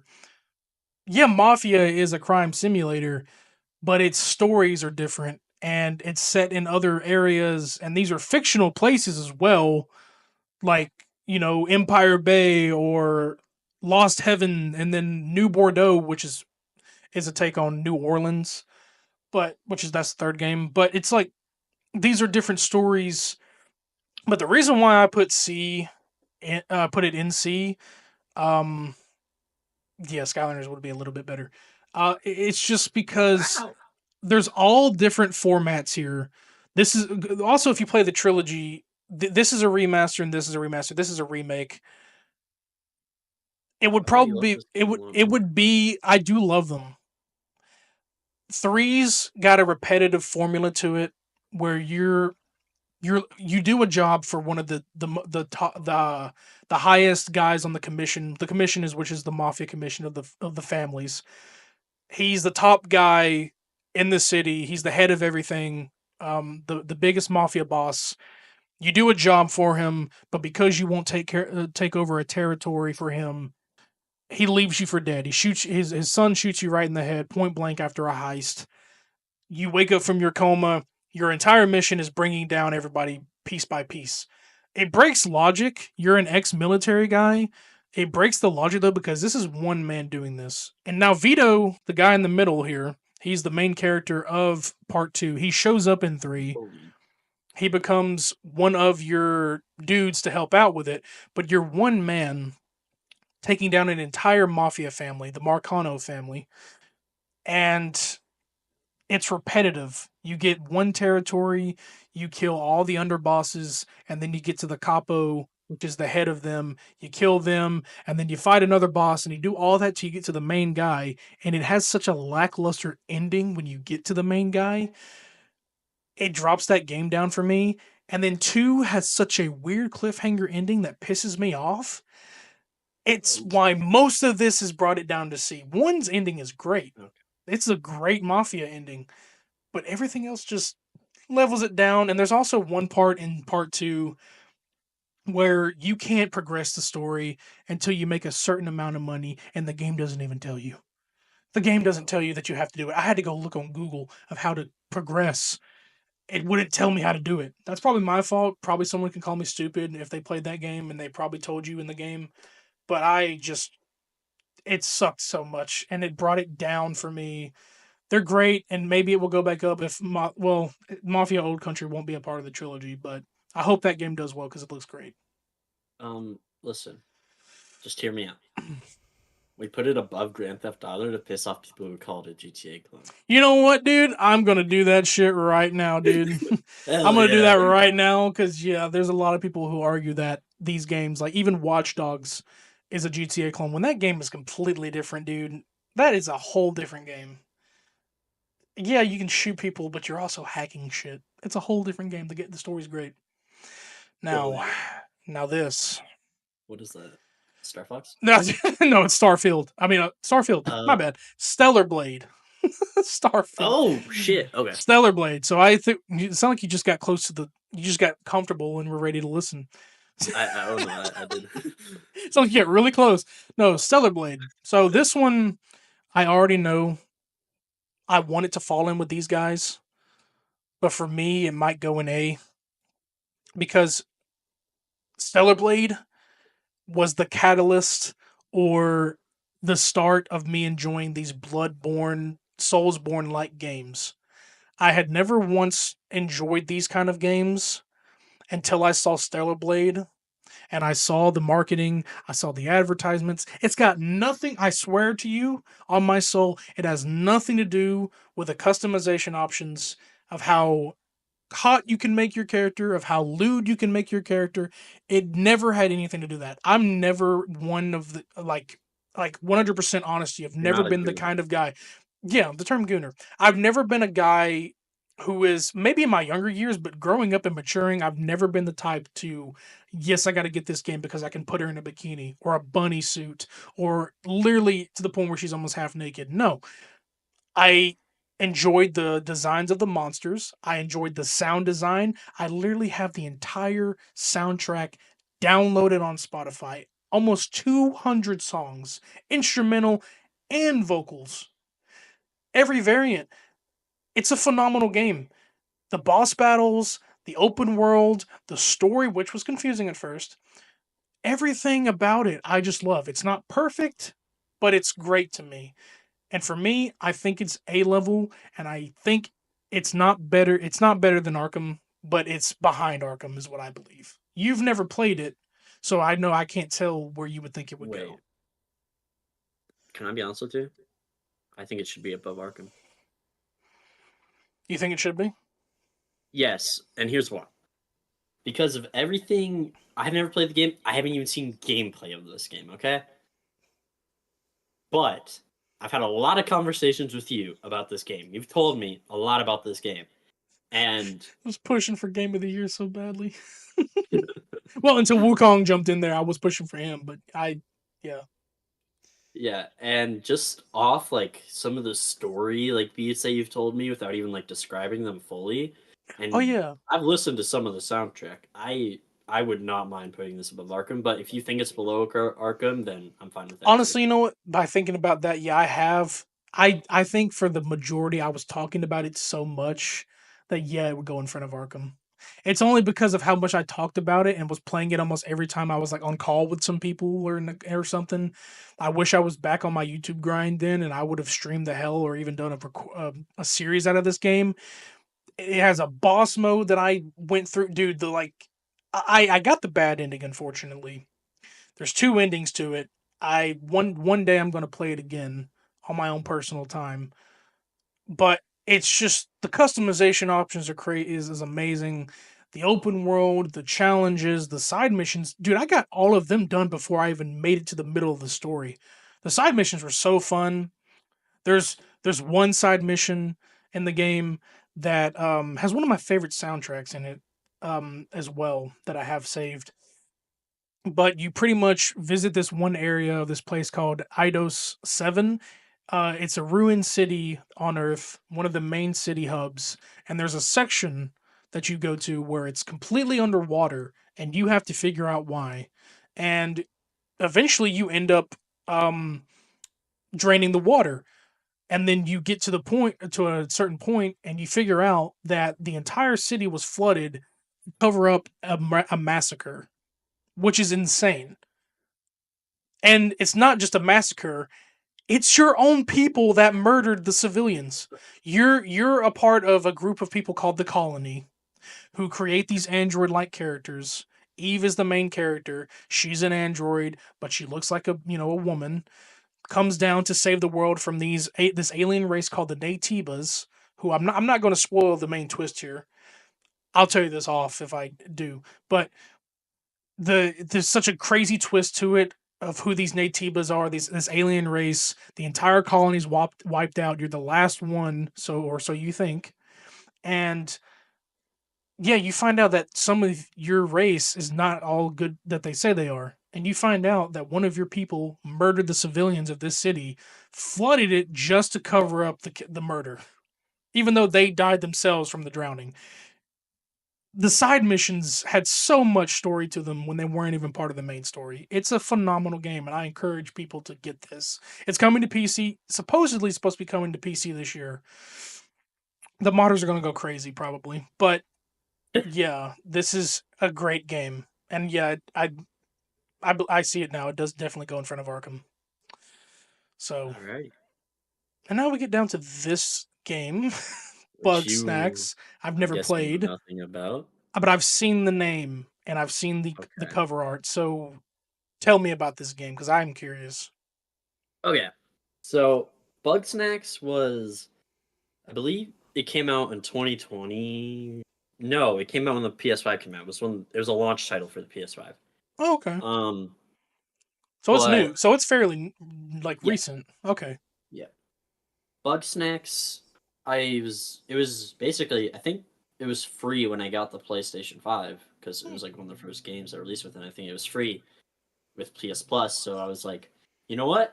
I'll try this. I'll see what it's like. So I download Bug Snacks, I play it, and for the first like little while of it, I'm like, okay, this is cool, I guess. It's just like a blah blah blah. And then the more I got into like the actual story and like learning about the history of the island of Snacktooth Island, I was like, oh, in the science, I was like, oh shit, this is kind of fire. Wait a minute.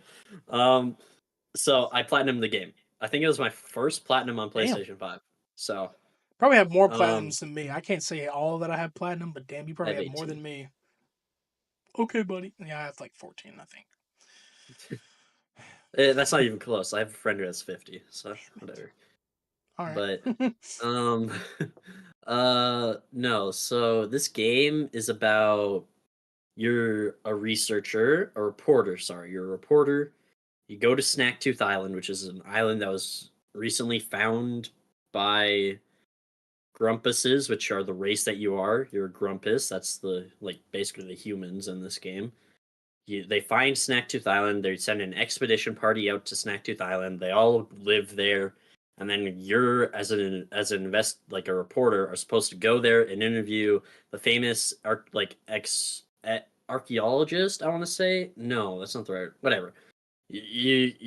Fucking interview. You're supposed to interview Lisbert, but shocker, Lisbert isn't there. Everybody has left the main town on Snacktooth Island because everybody got into a huge argument that made everybody leave and go off on their own on the island. So you have I to, like that. yeah. And Lisbert went missing, so you have to find all of them, recruit them back to the main like village in all the different areas. But to do that, they want bug snacks, and you have to catch bug snacks, which are these little like creatures, and they're all like food. They're like creatures made out of foods. So you know, like Cloudy with a Chance of Meatballs, right? Yeah. It's kind of like that, where there's creatures that are made out of food, and they're called bug snacks, and you Oh, feed them you. Wow. Okay. to the Yeah. people. Huh. So, like, they'll say, "Hey, if you want me to go back to the island, get me this bug snack, this bug snack, this bug snack," and basically It's that's just the whole gameplay it's of just it. SpongeBob Dine and Dash. Yeah, like you So it just reminds me of. Yeah. you And that sounds capture the very interesting. yeah, you capture the bug snacks. They give you tons of different gadgets, really, like to like capture different ones because you have to capture them in different ways. You get ketchup, cheese, ranch to catch different ones because they like different things, right? Well then. And for some you have to like knock them out, and for some you have to like make them hit another one. Like it's really interesting to how you have to catch each different one in a different way. Hmm. And also you can build like your own house in the village, and you can do stuff to get more stuff to customize it. It's really cool, and the story is actually really good. Where it turns out Lisbert like became one with the island and the bug snacks, and the bug snacks are actually like churning the Grumpus's bodies into like bug snacks. So it's Oh, like slowly churning them into what they're eating. The catchphrase of the game is "You are what you eat," because that's true. That's literally what happens. So I it's love. actually really interesting. Yeah. I love how when you said the argument, there was an argument and everyone left, and I just imagine the arguments just like hours. Just like, dude, Chad Gable's a Grande Americano. Shut the fuck you, you piece of shit. And they just leave the island, and they it's just the IWC just leaves the island. It's like, damn it, I told you to shut. So, uh, what would you put this in your kind of ranking? Because you said you enjoyed it and you platinumed it, so I feel like it would be like a high level. um, I feel like it would lower it though because I have never touched it. I probably would if it's still probably free on PlayStation. I probably would. yeah. The thing is, I love the game, but at the end of the day, it is kind of just like a repetitive thing that I feel like a lot Mm, of people wouldn't really like. Because at the end of the day, it's just catch bug snack, return, catch bug snack, return. yeah. So, but the story is really good and the acting is really good, and it actually is pretty emotional in some parts, and Mm, also LGBTQ plus. So that's nice. oh, yeah. There's a like relationships with like gay. There's a gay relationship in it. That's actually Okay. really adorable because they can't like they're not like. Anyway, it's really cute. You got to do all these side quests and everything as Yeah. well. But I personally, oh man, A lot of contenders here. Is it better yeah, than Skylanders? Is it not? I feel like I would put it probably top of C. Top of C, like before Wolf or. Yeah, just Because I because mean, like at killing the end Nazis, yeah, killing Nazis is killing Nazis, so it makes sense. Like that's a little cutesy kind of game. Like it's repetitive, but it's like that over bloodshed. I mean, yeah, I love shooting games, but yeah, that is the repetitiveness of Wolfenstein. But this repetitive, you've made it clear that it's not as bad. So yeah, yeah, I mean, yeah. Now this one is a very interesting one. One of my childhood favorites. like Koopa. One of my childhood favorites. Now this is the first game. However, I'm going based on the series. any Sly Cooper fans in here, fuck the fourth game. I'm not throwing that in there. I'm throwing in the trilogy. The fourth game is such a it's a fucking disgrace. I'm sorry. It's a fucking disgrace. Dude, they tried, okay? Sanzaru, they tried. I don't even know if they make games anymore. They tried so hard to revamp the series because here's something I don't know if you know well about the Sly Cooper series? I know it's like one of the most revolutionized and like best stealth games of all time. So it is. Here's the other ticker. The people that made this game made this.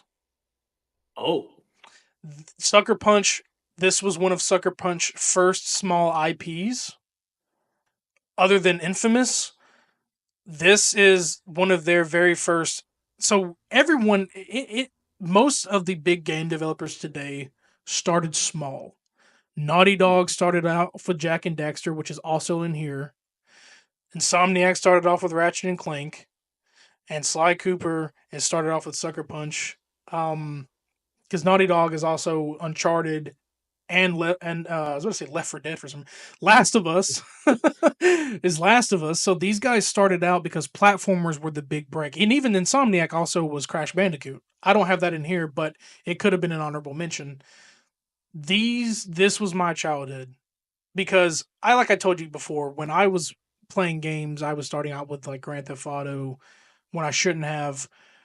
My mom wanted me to get better, childlike games, and this was one of them. Pretty much the premise of Sly Cooper is is you're a thief. you're a thief. You and your friends, who was Bentley, who was a turtle, and Murray, who was a I've seen hippo. that guy. I've all seen him. three of all three of them are a team of pretty much called the Cooper Gang. Now it's a great, interesting story. You don't just run around robbing people. You're robbing pretty much you're stealing back for your family's lineage, which is a cool thing about him is that he has a family lineage tied to a long line of master thieves.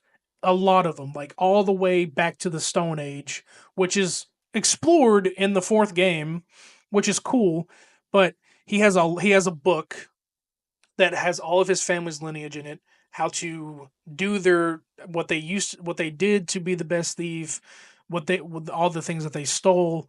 It's a great story. There is one thing that connects him in this story. So in the beginning, his parents are murdered in front of him. Crazy for an E-rated game. Crazy for an E-rated game. His parents are murdered in front of him by a group of people called the Fiendish Five, who are five members who want to steal these. Serious spy. Yeah, I know, right? That's what's funny. Like Furious Five, Fiendish Five, even though they're so many years after. Uh, and this is ahead of its time. This is a 2002 game. The stories in this game are crazy. I will give a small summary rundown. I don't care for these games because I love them so much. But like the first game, you're pretty much trying to get the pages back from these members. They randomly stole pages because they wanted to learn master thievery to go be the best thieves in the world. This group is led by, I'm telling you, it was ahead of its time. A giant robotic ancient owl who's been alive for thousands of years. The only reason, and what's crazy is the only reason that he's alive. Oh yeah, by the way, it's an anthropomorphic game. So you're playing as animals who are acting like humans. You're fighting other animals that are acting like humans. It was the trope back in the day because remember, Crash Bandicoot is also anthropomorphic. It was the big trope. I think this was trying to be a Crash Bandicoot and Spyro rival. That's why it exists. Ratchet and Clank's a whole different story because that's space and that's a little bit different. But this is more platformer. And even this game acts like a platformer because you know how in Crash Bandicoot he collects apples to stay alive. Um, you collect horseshoes to stay alive, which is weird. But the more horseshoes you have on your back, the more you stay alive. But if you get hit multiple times, you die. The format changes later on. Um, but yeah, giant robotic owl that's 1,000 years old, and the only way he's alive is because he's angry. He's angry. He hates the Cooper family and their lineage, and he knows you're alive. And pretty much you go through many levels to get your pages back, and it's difficult. The first game's more difficult. You defeat the bird is named Clockwork. Cool name, badass name, I think. It's not spelled the same though as the real word clockwork, but Amazing game. The sequel was probably my favorite. The third game, and then after the third game, they were pretty much done. But a company called Senzaru wanted to revamp the game, bring it back because they stopped making it. It didn't do well. The animations and the designs changed up a bit. They left us on a 9-year, no, 12-year cliffhanger. Currently, Sly's stuck in Egypt, What the fuck? ancient Egypt, because the fourth game revolved around time travel. Because the fourth game kind of replicates the first game, where the pages of his family's book is disappearing because there's a rival thief that's stealing from that's pretty much stealing the. So they have a family cane. That's what's in his hand right there. It's like a cane. They all have their signature cane, and um, this rival thief is going back in time, stealing their canes to where they can no longer be the master thieves, and now the pages are disappearing. So they have to go back in time and pretty much meet their ancestors, which is so cool. I think that was one of the coolest. Even though the game was lackluster, they went back in time to meet his ancestors and pretty much defeat the guy. It's such a bad ending because it's a cliffhanger. They wanted to do a movie in 2016. It didn't go anywhere. It flopped. So the series is a bit weird, but for me, this will go into B because 1, 2, and 3 were my all-time favorites. The format changes into you no longer have to worry about the horseshoes. You finally have a health bar. The boss battles are better in 2. 3 has a gameplay and graphical upgrade. 4 is what brings us down to a B. It would have been an A. No lie. It would have been behind Arkham. Um Given of like the open world and stuff, that's why. But I would put this in B. And for me, it would go in front of Mafia because it's not on the same level as like these bosses in this open world. Like, and technically, I could put it next to Ghost of Tsushima Yeah. since they both made it, but it's such a great childhood game, and they're actually ported all 3 games, and also Sanzaru made a remastered collection of the trilogy. Sorry, I'm going on a tangent about this whole game. Um, But we are running out of time. I think we hit the 2 hour mark. Just so you well, know. it's fine. I'll figure out a way to cut these things. I'll figure out a way to get this to upload. Okay. I'm good with it. If it has to be a long podcast, hopefully you're still here for the ride. Uh, Yeah. it's Sanzaro made a remastered trilogy, and it fucked a lot of shit up because someone like they had to redo some of the soundtrack because it was made in MIDI format in the first game, and MIDI format is so predated, Yeah, I not never even heard stereo. of that. Yeah, it's so predated, so they had to remake it. But there's a section with a boss fight that's rhythm based. So you have to press squares, triangle, circle, or X Oh, I on love this. rhythm with the lady, the person that sings, but the beat's off. So it Oh. messes it up. And then there's audio issues in the second game and the third game. It's terrible. But now PlayStation is porting the original games to the PS5, and I love it. I'm about to do a freaking binge on them. I might even stream them one day. Who Ooh. knows? But I love them, Oh, and I want to share my childhood with people. So, but let's get out of Sly yeah. Cooper. Wait, What? before we move on, hear me out, the Contessa. All right, so let's move on. Oh hell no! Oh wow, you know that. All right, buddy. Spider Man. Yeah, Carmelita. Anyway, Spider Man. Spider Man. Now, you chose what? Did you choose a series? I did, yeah. Okay, we're But I gonna will we're gonna be say different on this. but two considerably weaker than the other two, than Miles and Morales. Yeah, the hype was there, but then yeah, for me, out of this, it was just 2018, and I I can, you know what? know. I'm fine doing just 2018. Well, I mean, you can have the series, but me personally, I was on my list, but 2018 was the only one that I put in because I get it.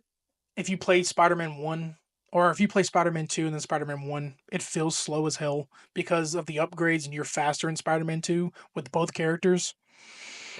Spider-Man's 1 story is so amazing that Miles Morales is also, but it's a very short game. It should have just been DLC. Spider-Man It, 1's story is probably the best start to a Spider-Man game series in a long ass time. I'm not even counting Edge of Time. I'm not even counting Web of Shadows. Web of Shadows is great, but man, when it comes to this one in modern day, it swept superhero games by storm. oh, yeah. Like I And honestly, they, where would you put it? Because I'm looking right at Arkham as soon as I asked that because people loved to try to compare or even contrast those two. They're not the same format, but they are superhero beat 'em up. But no, I will say yeah. this right now Well, to the that's what I'm gamers. saying. It's That not, Arkham inspired it, but it's but not it's like a. not an Arkham clone. It's not an Arkham clone at Yeah, all. I hate like the clone terminology. Like it's No, because the mobility, the open worlds are completely different from each other. Like let's be honest, Spider-Man's faster. yep, Batman glides slower. He's bigger, he's heavier. He's got probably more gadgets than Spider-Man, he but does. also it's two different kind of atmospheres too. He's more of a True. blooming. Look how dark that damn back like that. Dude, Yeah, Gotham's depressing as shit. It's true. corrupted. This is a more blooming. Now, this story was emotional. Yes, it was. I, Yeah. I believe. I believe even Spider-Man 2's was also emotional, and especially Miles Morales. Mhm. That doesn't save it that well, but it was very emotional. But still, it was more blooming to the world of Spider-Man than the bloom to the world of Batman. If you look at Gotham, you're already depressed. Gotham was gray, snowing, or raining. That's the atmosphere of Gotham. With Spider-Man in New York, it's more of a hopeful kind of sense, but you know danger and sadness looms around the corner. For me, Yeah. it could be A, but if you're going on 2018, maybe A. But if you're going as a series, you could throw it in B. But I'm To be between A or honest, B. if we're just going off 2018, I think it's an S. I think it's like low S probably, but in my opinion, I think Spider-Man is like the perfected version of Arkham. Like 2018 Spider-Man is like the perfect version of the Arkham games in my opinion. Because it's not a clone. I hate that term. Don't you people say it. It is inspired by it though, and games are fine to be No, it inspired. is. It Every definitely isn't game because takes the combat. inspiration from stuff. Yeah, the combat Yeah. with like dudes circling around you and you fighting them back, and even Spider-Man does have his own form of free flow combat and counter system. So yeah, that's the first part of Arkham combat. But also, Yeah. there were Spider-Man games, the movie games back in the day before Arkham, and especially Web of Shadows. So it's like who no one really copied anybody. They just adapted from their own inspiration. And also Predator mode is different, is not even included in Spider-Man. Yeah, there's stealth in Spider-Man, but most of the time I like to just kick their ass and go in loud. Stealth is optional unless you're doing challenges for Spider-Man. Oh wait, I just remembered something. What's that? It's an A. Oh yeah, Listen, are you going based it, off it, two or the no, stealth no, no. MJ Just, just, missions? just 2018. Yeah, the MJ and Miles missions bring it down to A. I'm sorry. If The it's an thing S is, tier, it needs to have like no flaws in my the opinion. thing is, And yeah, her missions get better with the stun gun, and then her missions in the next game are better because you can shoot the gun, and then also you can do so much more. Well, also there's I just hate Force Stealth. yeah, I agree with that, and I still think. Do you think it goes behind Arkham still because of how Mm, I think it goes ahead of Arkham and you think Stellar so? Blade personally. I think it's Oh, best and A. Stellar Blade. Yeah, I think it's the best A. I don't think it's S. I'd enjoy the Spider-Man story in combat. It's just I want to say compromise and put in between both of these because I still think that I had a enjoyable time with Stellar Blade more. Like I can Okay. easily go play Spider. I did used to replay Spider-Man one story a lot because well during the time I was waiting for two, I was like, dude, I'm just gonna play this. But Stellar Blade, it has that replay factor. I haven't yet, but I think because not just the hours I put into it, but just because of the battles, the exploration were a little bit higher than this one, in my opinion. But Yeah. Now this one falls on par with this too. So Yeah. now there's some of the games that I have not touched. There are some that I Yeah. haven't finished. Have you played any of them? I tried playing like three different Ratchet and Clank games. I could never do it. I couldn't get into them, man. I don't know what it was. Just wasn't for me. It brought me back because Rift Apart was probably my favorite since of the recent ones that came out. They were they like Insomniac. This was their baby. This was before they hit Spider Man. This is before they even hit Sunset Overdrive. They have so many good games, but they even the Homefront games. I think that's their games. Um, this one was their baby. This is this is Naughty Dog's Last of Us. This is their Last of Us. Yeah. Even though Last of Us has its ups and downs, but Also, I this was don't their hate Ratchet and Clank. I actually love the story of it. yeah. I've like watched the story of all the Ratchet and Clank games. I personally love those. The earlier I just do games not play those designs, games. yeah, the earlier games designs and gameplay were very difficult. Like the way they did them, like the final boss was a pain in the ass. He had so many phases, but if you died once, you had to go back to the beginning and use your bolts to buy weapon upgrades. Pretty much you needed a weapon upgrade before you got to him because it was a pain in the ass. They didn't know. This was also during the day before people knew what autosave was, and uh before there was good respawn points or like checkpoints. They had checkpoints eventually, but they were so poorly made back in the day. They didn't think of them that well. So like if you died on his third phase, it'd restart the whole boss and it sucks so much. I'm going based off the series because it does have ups and downs. My one of my favorites is their future version because they had different versions. Because they had the original trilogy, Doctor Nefarious, and I loved Going Commando, which is part two. Number three is Up Your Arsenal, which is where Doctor Nefarious is introduced. He's the main villain, pretty much of all of them. Um, some of the series is brought down because of the movie game that came out in 2016, which had a different retelling of the story, and I hated it. And the game version was not great. It doesn't bring it down that far. Um, Into the Nexus was like the last title before Rift Apart. Rift Apart is probably my favorite because now you got two Lombaxes, which is his race. That's what he is. He looks like a cat, but like he's a Lombax. Uh, probably Space's version of, but like the space exploration you get to do. You're on you're on foot. You're seeing all these cool space, space locations. You can even fly in his ship. Uh, Great storytelling. It's one of my favorites. It's definitely a B category, obviously because of like that platformer esque and like how difficult they were. Like Rift Apart made things a lot better with what they could do with their cinematics and the newer adaptive gameplay. But it definitely falls in where Sly would be because this is where the Mm. era was of these guys. Like these were the PlayStation mascots at the Yeah, time. true. These were literally the mascots. That's where I would put it. Um, I don't know. I think you said you did play them, but you didn't really. I I tried playing like so many different Ratchet and Clank games, trying to just get into one of them, but I just hate the gameplay. I don't know why.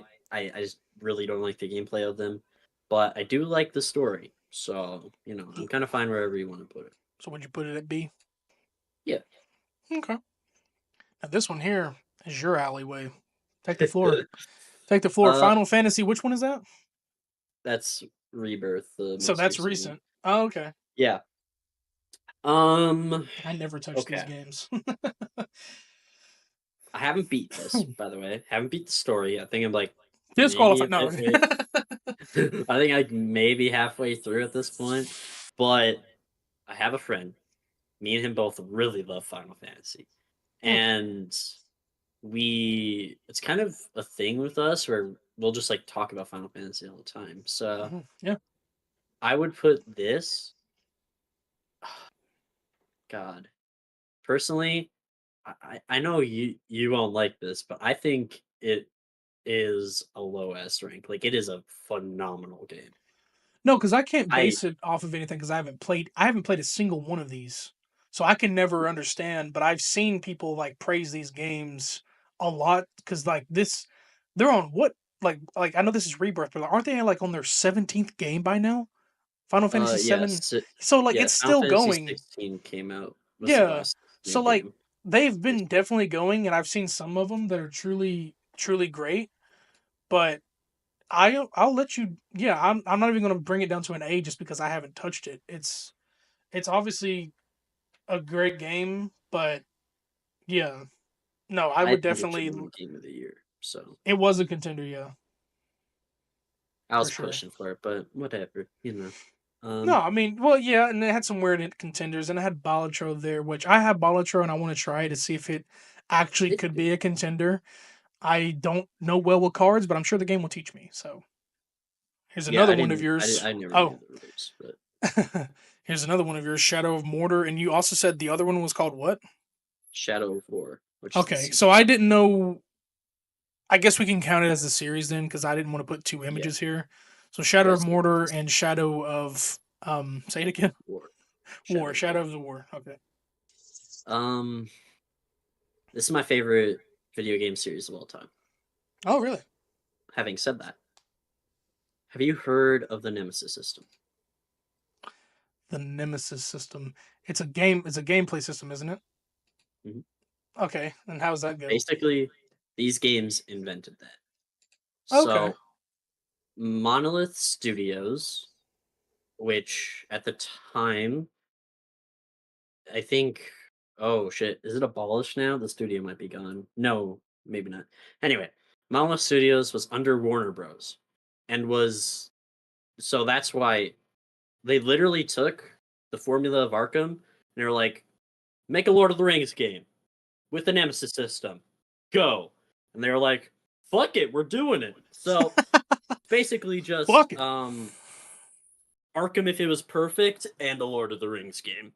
Um the Nemesis system is, and you can ask anyone who's played either of these games. They will tell you the Nemesis system is the best like thing in gaming ever.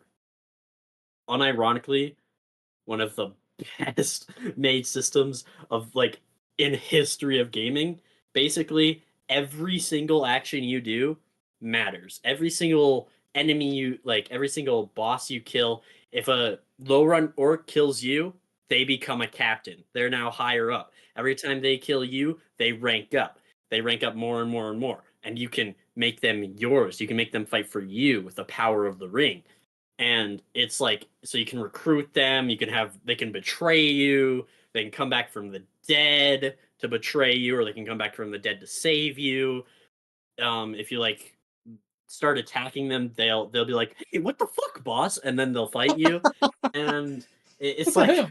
it's, it's one of the best things ever. This is what made me fall in love with gaming, because I Y'all couldn't tell me that y'all never did that. If y'all were in ever a game where you were like the main leader of a group and you had the chance to kill someone of your guys, you just did it because it was funny. yeah.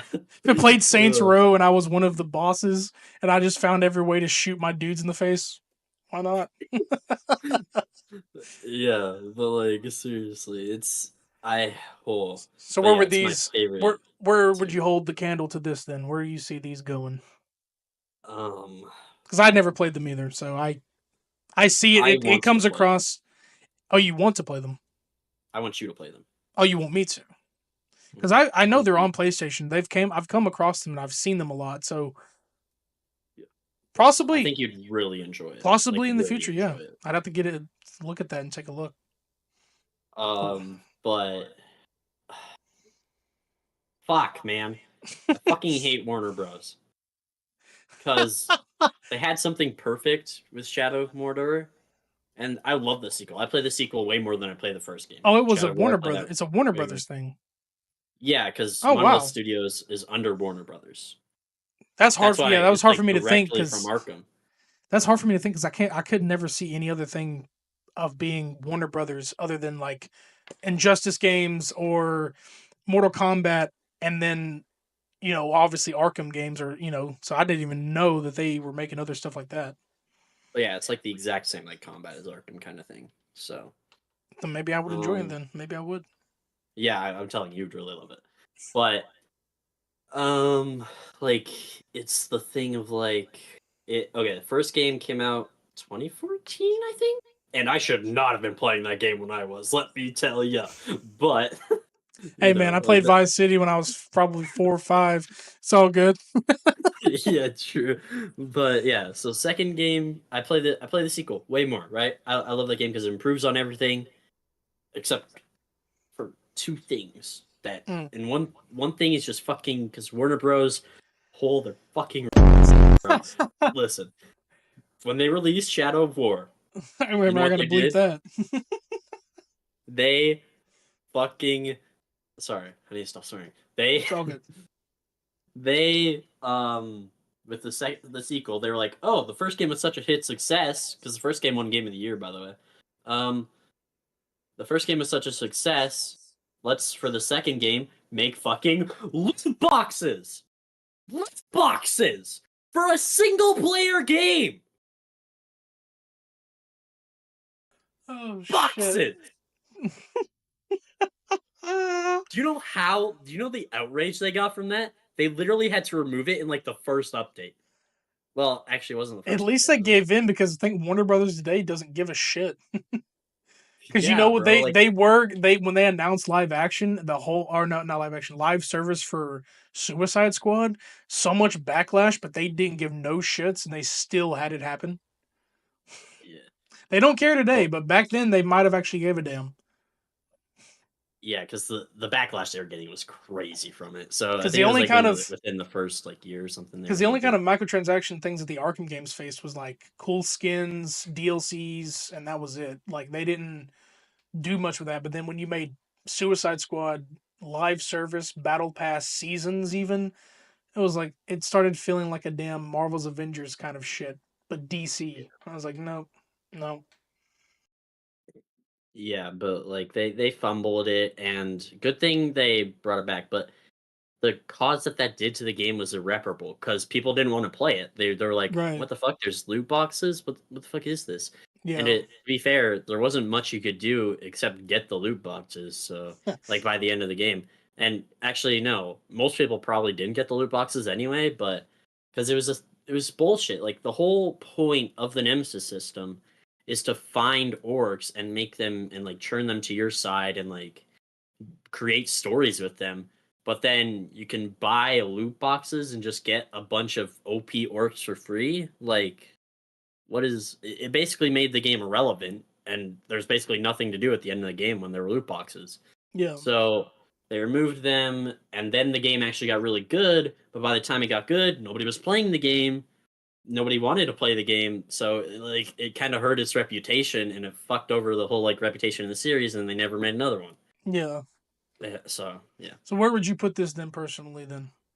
Oh, also, you should know the Nemesis system. They patented it, so no one else can use it, which is the most dumbass shit ever, dude. And also, it wasn't supposed to be Shadow of Mordor that was made with the Nemesis system. They were originally going to make a Batman game with the Nemesis system, but they scrapped Oh, that that would have and been went with Lord sick of to the be Rings. honest. That would have been really sick. Yeah, people have wanted that for ages ever since I was like said that they were planning on doing that at one point. But Yeah, me personally, since it's both the games, I have to put in A. But if it was just the first game, oh, if it was just the first game, I would probably put it what like happened? high S. But since it's both the games, it has to be like an Is, A. did something happen? The screen like it showed your backdrop for a second. That's all. Oh yeah, I know. My bad. I went over to another thing. Yeah. So does it drop it Uh, down for you, or does it keep it at a high level? it drops it from S because I would have put it in S otherwise, but I need to put it in A since it's both games that I'm Okay. getting. So is it better you since they both are the same system or people? Well, not Rocksteady, but I mean like since they kind of have that same feel, would you put it in front of or behind Arkham? Just behind because of the loot box thing. They just fucked it up with that, man. They Yeah, really yeah, yeah. I guess since we were on so long, I'll kind of like give. I won't give too many brief descriptions of these games because some of these, like I know you're gonna go in descriptive with. Let's go and get this out of the way. Monster Hunter Wilds. You talked about it already. Oh, yeah. You gave Was you. They know about the game, so like. Yeah. I just have to think for a second. Okay, is it Monster Hunter Wilds only, or is it the whole series we're talking about? Um. Because Okay, I think you did say series, but I did put Wilds as the recent one. if we're just going off Wilds, I'm gonna personally put it at B, probably next to like Really? yeah. Listen, I love Monster Hunter, but I'm not blind to some of the things that Wilds has, which is I mean, if you want poor to go on, optimization. yeah, if you want to go on the series, I don't mind. But if you're going just Oh, Monster Hunter mm, Wilds, because whatever. I mean, I just put that as the image because I actually typed in Monster Hunter series and I couldn't find any good logos. They yeah. kept showing up Wilds and everything. So Oh yeah. It's the same thing that happened with Skylanders. I couldn't find. Yeah, no. If we're gonna go the Monster Hunter series, then for me it's an S. Just but no, no. I'd say top of mm, Top of above A. Arkham. Okay. I'd put it So above above Arkham. Arkham. I mean that works. I mean, yeah, the exploration, the kind of various monsters, yeah, it definitely beats that. So all I right. mean, it only exploded in popularity because of Wilds, like in the rest of the world, but in Yeah. Japan, it was always treated as like a fucking holiday. People would get off work every time a Monster Hunter game released, or there was Shit, an I update. Like believe it. there were days I'm pretty off. sure I'm pretty sure you managed to stay home or made sure you weren't doing anything that day. Yeah. I'm pretty sure I don't know if I took off for any of these games in here except for no, I don't think I ever took off for a game in my life, but I man, Ragnarok I was definitely like I'm not working that day. Yeah. Um so yeah, I'm already going to throw this one because I don't even know if you've ever played them. They're still on the same par as these three as a mascot. That's where I want to think, but you're welcome to move them. But like they're on the same. Actually, I think I I need to like it rank better the. I than think I need action. to. I think I need to rank the. Yeah, I do too. That's the thing because this one, it's pretty much a space shooter beat 'em up. These Yeah. two stories, and not to mention, actually, Ashland big. Praxis would. I'm not afraid. We're ranking characters from Jack. No, so, but here's And why Dark Jack. I well, all right, chill, all right, okay. Listen, man, listen when he's Dark Jack. I don't know. I'm just saying. Anyway, I'm gonna kill Praxis. Okay, yeah, no, but Samos. No, anyway, no, I'm kidding. Samos the Sage. No, them toes. Anyway, stop. Here's the reason because Sly Cooper was my first. Here's the reason why I put Jack and Daxter in front of that. Like I said, both of these games respectively got darker as they went with their storylines. Jack 2 took a whole 180 from the first game. The first game was platformer, boss battles, and then 2 completely went dark. They added guns, mild swearing, completely 180. This shit went ahead of Sly Cooper also because of Clancy Brown. Clancy Brown is the villain of the second game. 3 is even darker. Just the storyline together with all of this, it's so cheesy in the first game, but then the second game is like, dude, they took a whole 180. They were trying to be better, and they did. Jack 3 also has that. Um, I don't give a fuck about the Lost Frontier. That is not that is not a real sequel. Lost Frontier is the worst addition to the series. Combat racing was just literally combat racing. But Jack the Lost Frontier was the last game that they made, and it did so shit. I don't blame them for only focusing on Uncharted after that and The Last of Us. People want Jack to come back, but there's nothing to really do here. 3 is pretty much where it ended for me. That it ended greatly. You saved the world from utter destruction from the Dark Makers, is which they called him, which is why he becomes Dark Jack. You learn more about them in the third game. It's great. The whole collection is on the Lost Frontier. Just got ported to. I have so many things that I may replay, and might be one of them. I may even add Lost Frontier in there to just cringe live. I don't know, but great I want to play games. some.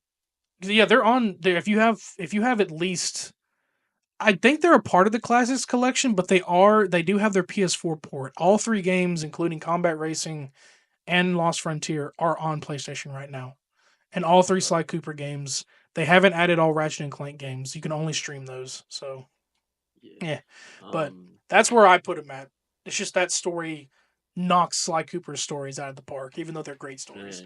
can I tell you how I know about Jack and Daxter? Because I've never played the games, but I had PS3 when I was younger, and I don't remember like almost anything about Jack and Daxter, but I remember playing it like a lot as a kid. And I remember having so much fun just playing it down in my dark basement all by myself and trying to make sure like after I got home from school, I would like go to where the PS3 is set up and I'd like start playing it and I just have good memories of it. But It's good. I think what's funny is Jack 2 was my first. It's just because, like, I didn't have access to finding these games, but I think I remember, like, someone was like, "Do you play games? I don't have this. My son had it, and they gave me it was Jack 2." And I was like, well, because when I was younger, like, I didn't know what sequels were. I didn't know what to play first, what to play. I would play things out of order. It happened. yeah. I think Sly 2 was my first Sly, and I got Sly Cooper 1 the first like years later, but it just happened to be like, oh, this was the new game, so let me get it. But yeah, no, I remember getting that one, and then a couple of years later, I think I had a friend who had 3, and I think I beat it for him, like all of it when I'd stay over sometimes, and then I played 1 like last, which was weird. So I played everything backwards, but yes, phenomenal platformer. Mhm. Crazy that it was Naughty Dog, who is now the Uncharted Last of Us people, which it's more of Last of Us, even though Uncharted is Yeah. one of theirs too. But now, what do you feel about this? Because I don't even know if you played this game. Uh, I have not, and I remember you hounding me that I haven't played it before. But um, Well, I don't think I hounded you you. I don't know hounded me. what I You and Echo both said. hounded me. She, But I don't even think she played it. All right, well, no, she has. Okay, I don't even remember. I have to yeah, ask her. Um, for me, same as GTA, where story awesome, online I don't know anything about the story, but I've heard story awesome. I've heard online ass. So well, the thing about for me is they go before both of them, but actually, mm, I I put would it put. higher. I thought about that because I was like, but it's not. It's definitely it's so different from these. I feel like the being on the back end kind of makes sense since it's completely different from all of these. Given how these pretty much all work as open world. Yeah, This lineup is insane, sure. but this also falls into like a cowboy shooter GTA variant because it's under the same people. So it is that open world shooting. There are so many more things you can do, customization and exploration. The story's longer than this one by like another 40 hours. Completion altogether is like 150 hours. Yeah. Probably like 300 for people who really want that shit. But If you want to put it higher, I'm fine with that. I have no like context for this game really, so see, in the that works. personal tier, I did put it in an S. Only because of like since GTA 5, it was one of their most phenomenal, but there are some flaws that came to it that definitely online mode definitely brings it down. I know we didn't add it there much in the Grand Theft Auto, but it still kind of makes sense and does matter. Also because they've technically neglected the game since it came out. Like regardless, all eyes are on GTA 6 right now. They've neglected pretty much everything in Red Dead 2. Red Dead 2 didn't get an Undead Nightmare. I wish it got some sort of DLC acknowledgement. It never did. Other than that, it's great, but I think low A is probably where it should go. Okay. Probably where it should Okay. go. Okay, now this one, you and I can agree on. I played all the way through Black Flag. Yeah. I don't. No, it was one of my favorites. The thing is, I can't say much that like it was one of my favorites because I didn't play all the Assassin's Creed. The Assassin's Creed that I played before that was Revelations with Ezio. Ah. Yeah. I had never played any of the others. I think I tried Syndicate. I'd never played Valhalla or Origins, but this one was my favorite because I fucking love pirate stuff, and I know you do too. Hey, hey, hey, You hey, hey, that hey. you like it more than I do because of your One Piece. No, Well, I'm just a pirate lover. That's why I yeah, love you're a One pirate Piece because lover. it's I pirates. grew up watching the Pirates of the Caribbean movies. They were obviously one of my favorite I movie love those movies. series, Oh, and this was a way to like. It was very different from all of the other ones because I played yes. Revelations because I think I had gotten it and I wanted to try it out. It was the first one to change the formula. Yeah, I played that one first, but then I also wanted to step up and I got Black Flag and I played that and I haven't played a single one after this. So I'm biased to it to where this is my favorite, but like the way of like being able to lead a pirate crew, that was sick. That's cool. That's amazing, Oh dude. And the yeah. combat was even better. And everything else about it was better. I think I'm very burned out on the story. Forgive me. It's been years. Probably when I was in my teens when I played it. It was definitely on the Fair. PS3 when I had it, but it was fun. Very a lot of fun. Me between S and A. Same, honestly. Honestly, Um, I would put it in S to be honest.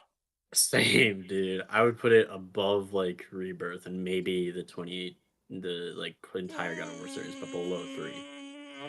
I don't know, man. Listen, it's probably my Yeah, no, pirate bias. It's probably my yeah, pirate bias, because but that if that's the series we're going with, because pretty much that is, yeah, they're both in boats. Yeah, I could see that. I could see that because you like I can put it said, because lower. This is, I promise, it's probably just my pirate bias. Like it's just that it really is. no, we're keeping But it. No, no, we're keeping it. I feel like we're never going to get any D's or F's down here same. unless you see these down here and yeah. Um, Hitman. Wait, I still want to talk more about Back Flag. Oh yeah, go Okay. ahead. I got a lot to cut in this damn podcast.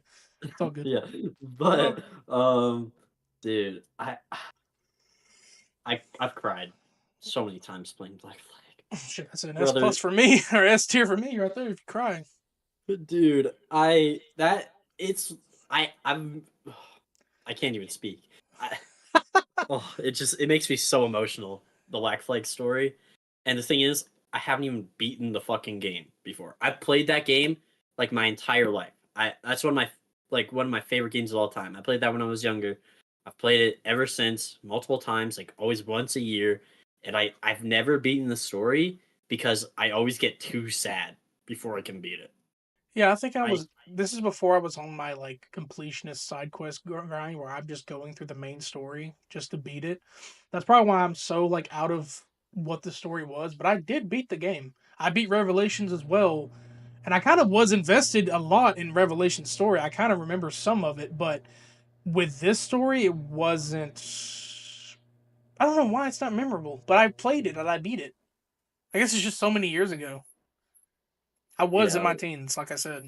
Well, I'm gonna listen. If you care about spoilers for like a 10-year-old game, what the fuck are you doing with your life? Okay, I'm gonna talk about this. All right.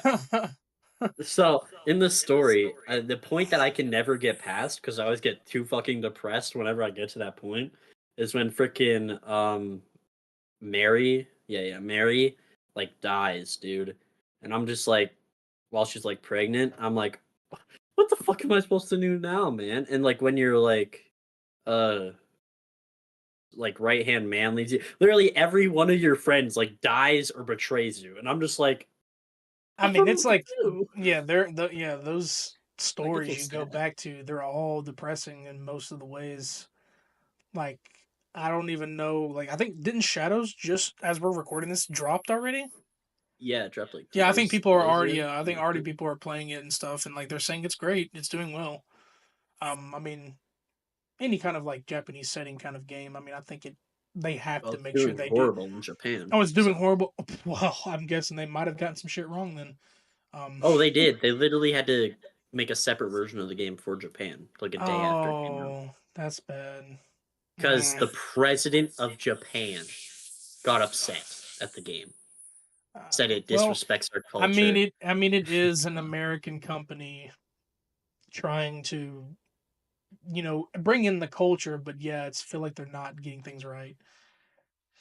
I Yeah, would the have reason I would have President got personally reached out to like people and would be like, "Is this right? Am I doing right?" Because like you're stepping out of the bounds of like I know most of the Assassin's Creed they are on foreign culture or ancient culture like pirates, Vikings, even with Egypt. like when they did Egypt, and then even when they did Valhalla, which was based on Norse mythology, that Yeah, was they had to make sure they were right. So this one they probably didn't look too close.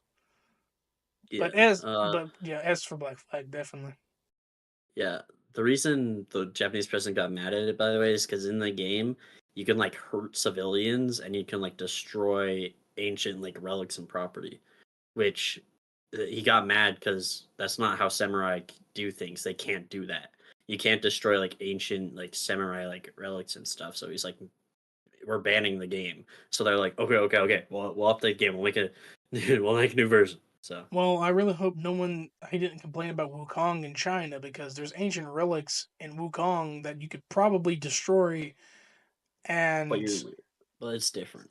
yeah, well, it was made by a Chinese team, as well, a Chinese company. So I mean, developers. So I Yeah, guess no, it's the different reason because it it does wasn't feel for Japan, disrespectful. it's because you're a samurai. It's because you're a samurai that they don't like that you're allowed to do that.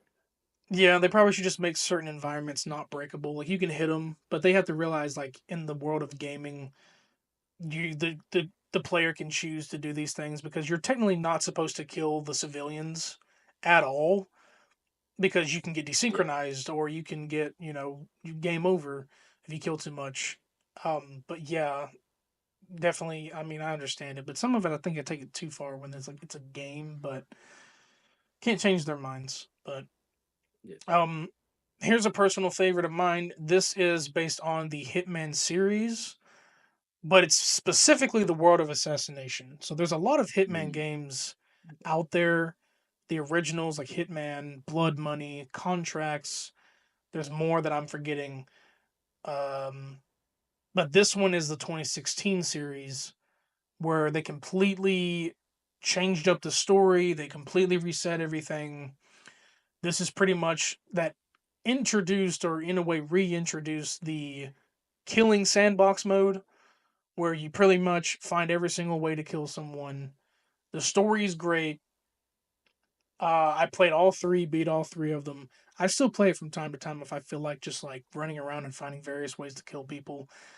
Um, the stories are great. The first one, amazing. Two rubs me the wrong way because the company, IO Interactive, also worked with the company Square Enix, who is known for making a big number of games. Square Enix pulled out of the funding and the partnership in the middle of making part two. So they lost the budget to even make movable cutscenes and motion capture, and the cutscenes are stilled cutscenes of images with voice acting over them. Not necessarily like that's what caused me to not like that one less. It just changed it up a bit. They came back with it in the third one. The third one is lackluster to me because pretty much you're tying up the ending, not the gameplay, no, not the locations, but the story, because pretty much the story is tying up the loose ends of the villains in that story who work under the main bad guy. You're killing each one of them, and it feels too quick a little bit. Um, there's one section that I enjoy a lot that they brought back. It felt like instead of just killing targets, you had to survive at one point because other targets were looking for you, which was Mm. pretty cool because they could like look through a disguise and know it was you. It was probably a super cool sequence. And then the last mission is a completely 180 turn where you have to get the main guy, but you're also still surviving on a moving train through the fucking mountains. Amazing. Great, great game series. There's a lot of lackluster there. They had a cool DLC that came out. It was like through the seven deadly sins and stuff, and like each you had to do a lot of cool challenges and stuff with it. It's a love hate relationship with this series because, like I said, with two's flaws of like not even just the cutscenes, some of the gameplay aspect was like limited, and then three brought it way back. Um, it's heavily been talked about and rumored by this company, IO Interactive. I don't know if they're in development or they're even trying, but after they were done with Hitman 3, they've been talking about working on a James Bond game, a 007 kind of game that works through the same almost format as Hitman. However, it's really hard to say because Hitman 3 came out in 2021. We're in 2025 now. So it's been 4 years of absence of any talk about this James Bond game. And obviously, they've been working on the PSVR 2 versions of Hitman to where you can, they've added more game modes and stuff. But for me, this would Is it wherever? I have no honestly, clue. this would go. I would put it here. Here's the like just for as a sandbox shooter, like 3 and 2 bring it down from there because it would have been A for me. But 3 and 2 bring it down 2 levels to be honest, because of actually it would have been B, and it brings it down to a C just because of like it's a sandbox killer. You have to find a way to kill someone, then you pretty much worry about the challenges after the base game. In my opinion, it's great. It's better than one of their games, Hitman Absolution, which would be an F tier if I had it here. It was a horrible terror. It would ruin the character of Hitman. Too much humanization, which he does eventually get humanized here, which I loved. They did it better than the other game, but that's my basis on Hitman. Okay. Spiritfarer? Yeah. Spiritfarer. Do you know what a Spiritfarer is? No. It's like there's one in God of War. Wait, which God of War would have been? Anyway, there's one in God of War. It's like the person that like sails like spirits to the like land of the dead, you know? It like sails them to like the afterlife. It's like God of the War 18, Charon. then it's probably God of War 18 then, because you go to Helheim. Yes. No. Possibly. It's in the original games. Oh, It's like okay. the Charon in like one of the original God of War games. You know, the Oh, okay. Charon who like has the boat and he like I think Yes, you okay. kill him, Yes, I but remember. Yeah. yeah, so that's basically what a Spiritfarer is because they like make sure the spirits go to where they're supposed to go. And that's Okay. actually what Davy Jones' job is in the Pirates movies, but he doesn't do it. Yes. But whatever. Um, Spiritfarer gonna be hard for me to honestly rank this one because I have 24 hours in this game, I believe, something like that. I'm starting a new playthrough on my PC. I had a playthrough on my console, but I gave up on that one. I'm starting on my PC now, and it's really it's really unique. I think it's one of the best like games I've ever played. It's better than a lot of AAA games I've played, but it's hard to compare them because Spiritfarer is so unique and it's not trying to be like an action game or anything like that. It's simply just a very emotional game about like death. So Mm. it's really just about helping spirits pass on, it's helping them deal with their regrets. And it's very, very emotional. Like I fucking hell, I cry every like few minutes in that when I play that game. It's a hard game to play. It's Mm. very, it's sad. It's It sounds very sad. interesting, yeah. But if it's very sad, geez, it's either got to be A I or mean, S now. to me it is. I don't know if it would be to most people, but to me it's really sad because the whole dealing with concept of death and everything. Yeah, And it's the depressing. I gameplay mean, itself, I'm sure most people would probably hate the gameplay, so that's why it's not that popular. But because really, it's a cozy management game at the end of the day. It's like a Stardew Valley kind of thing. right. Okay. Um, All right. Yeah. but are you fine with me putting this wherever? Yeah. I don't mind. Oh, okay. Um, I I just don't know how to rank it compared to these other games on this list. That's the thing. Like I just don't, because I like it's mean, almost like a separate thing. does it look like an S for you, or is it looking? Huh. When I'm looking at it, I want to put it like in B just because of the gameplay, because I'm sure most people wouldn't like the gameplay, but I like the gameplay. So I don't know, man. I'm so torn. I might just have to put this in honorable mention because I don't really know how to rank this. I'm gonna be honest. I mean, yeah, that could potentially. Well, I mean, honorable mentions was going to be for extra games, but I mean that could. I mean, we could technically name it undecided, kind of. Yeah. And I'll just throw Yeah. honorable mentions like I'll just rapid fire them, kind of. Okay. Because honorable mentions is really more of like I had extra games to talk about because I know now this is Mm. going over time, which I'm going to be cutting Yeah. this podcast. So this podcast may come out later than 12 p.m. usually when it comes out. I may take my time to because there's some things I had to cut out here. Yeah. Subnautica S. Yeah. Well, do you put it before? What do you think you For put it Black before? Flag, no, but I do put it before Rebirth. So I I haven't think played that's good. Subnautica, but I've watched Markiplier. It's already an S.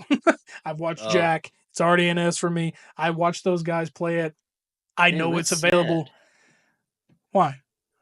Cause you should play it without knowing anything about it. I genuinely think Here's the to play problem. I Subnautica, you didn't. have to know nothing.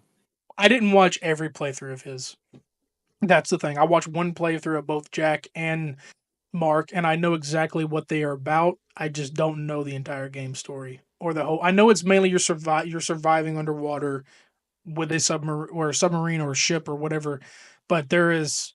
I hear it's one of the best survival based games. So I It, definitely, and then Below Zero is like it's the DLC, right? It's not, or this is it's not the sequel, or it is. no, so it's like the Miles Morales of Subnautica. Okay, we just never got a. Yeah, Are we getting a Subnautica? I thought there was an announcement for a Subnautica too. there's a Subnautica 2 announcement. There's a trailer. Oh yeah, Don't okay. tell. Listen, people in the comments. I'm not looking at these comments because I know there's gonna be spoilers for Subnautica, the trailer or something. We Don't barely you get dare. I barely get comments. The main comments are you, or Oh, if that's people good. just reference. I mean, if we do in the future, yeah. But like, yeah, Yeah. some spoilers kept out. I mean, I mainly look at my comments anyway. So, The thing with but Subnautica 2, I have not seen anything about the game. I'm gonna keep it that way. yeah, I think you remember mentioning that. Subnautica is a game to me that I need to know literally not a single thing. I need to not even know what a frame of the game looks like to be able to play a Subnautica game. Like it's a game that you need to go in blind, otherwise the whole game is like ruined in my opinion. Because it's all about the fear of the unknown. That's what the game bets you to have. Yeah, You and have if to be you unknown. yeah, if if you have fear of thalassophobia, don't play it. That's all I know. It's very fun though. Odyssey S. No, Really? no. Listen, Odyssey has probably like my second favorite movement in any video game ever, which is why I've literally 100%ed it like 5 times. Okay, It's not so S for you just though. no, it's not because I just I think the thing about Odyssey that I don't know why, but for some reason Mario games are just lower to me when it compares to other games. I don't know if it's just like a mental thing, but have you played Odyssey? Yes, I played Odyssey. When I owned a Switch back in Mm, 2023, that was the one game one of my friends let me borrow. I played all the way through the main story. I didn't really do all the challenges because, well, I was borrowing in a game. But I also didn't have a Switch for a long time because I wanted to branch. I wanted to see if I could blend two consoles together. I couldn't do it. It's crazy that I have a PC because I've been able to blend it with my PlayStation. Just for some reason, the Switch I couldn't because if you think about it, between PC and PlayStation, you have a variety of almost the same. With Nintendo, it's 100% Nintendo. So like most of the time. But like the games that you had there is like I played them. I even played like I had Metroid Dread as well. A friend had got it for me. I mm, gave that back and they gave it to someone because I felt bad that that they got that for me and then a long time coming I sold my Switch. Um I could have kept it, but I sold it and at the time I kind of needed to sell it. And yeah, I played it and I really enjoyed it because like that's kind of one of the Mario games that I wanted to try. yeah. I jokingly said S because people a lot like to praise it, but for me it would be A since how fun it was, and it's also a different change up from most of the Mario games. Yeah, I agree. For me, it's an A. I don't know how low or high you would put it, or I would put it, A, but A is good with me. I just yeah.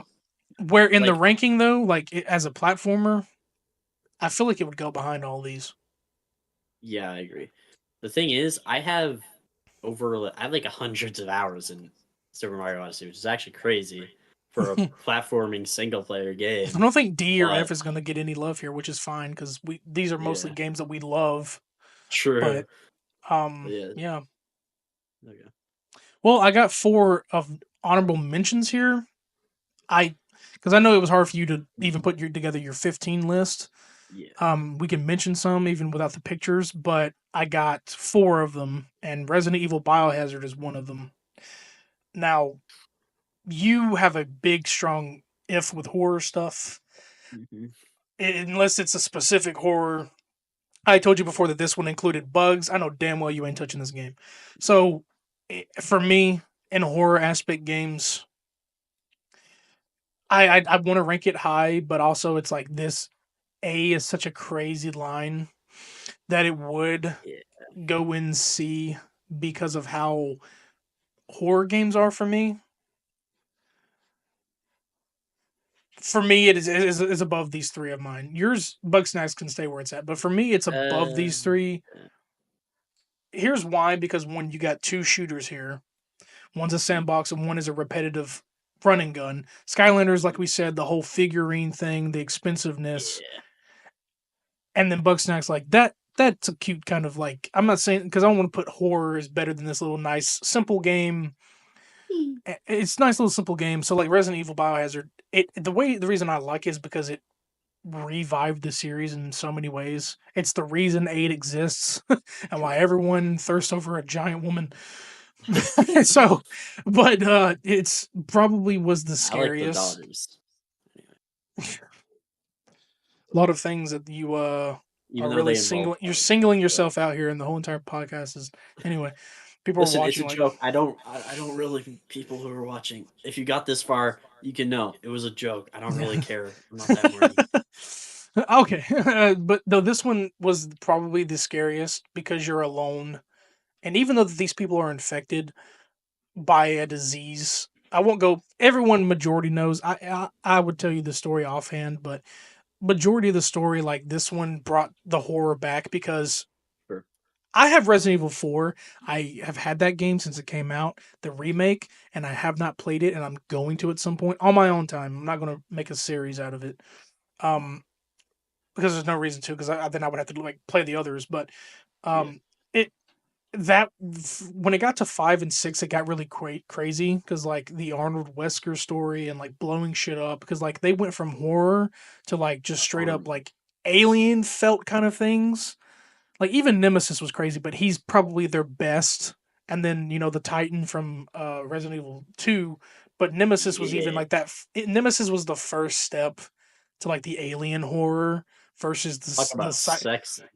The Titan. versus the psychological horror that you get in 7. Like 7 still has supernatural effects, but it feels more natural and grounded even though you have these crazy characters. They're still like human like people chasing you Also, Mr. around. X. Yeah.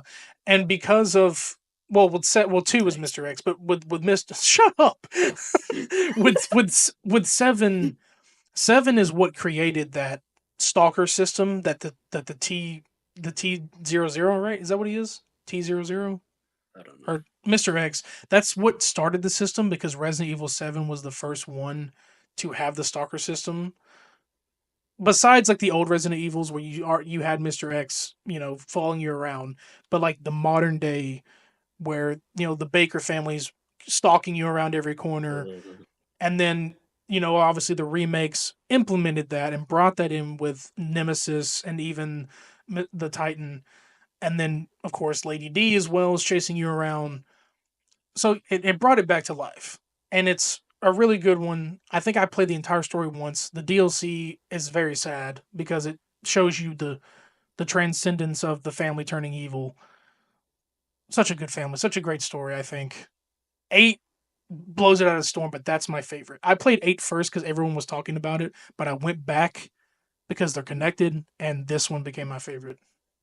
Yeah, So I think I fair. put it in C. I mean, I know you would probably. I feel like it would go lower for you because you hate horror, but I think C is the Yeah. best. I love the Resident Evil series though. I'm not a fan of horror, so I don't really Yeah, like. I love yeah. 8. That's the only one I've Because actually that one's watched like completion and played completion. there's like two parts in that game that are scary that you go through, but 8 felt more. I don't know. It felt scary, but it felt more. It was tolerable, so to speak, Yeah, yeah. like FNAF. Not too scary. Mortal Kombat 1. I feel F. like I can F. You know, I can honestly say that because the hype died down for me after it released. After I finished the base game, after I got smoked to like a big level.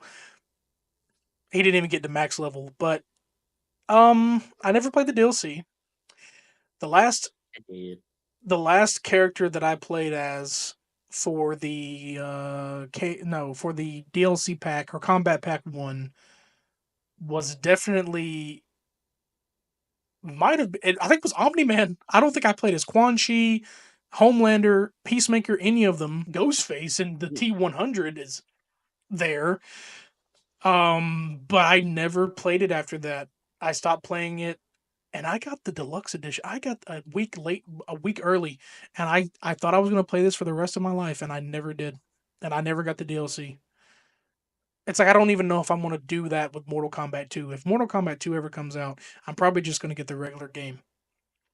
I'm not even gonna because I don't know why, but I was excited for it. I also got the most I think I expensive streamed it version. once on my channel, and then that was it. Um, but yeah, it's kind of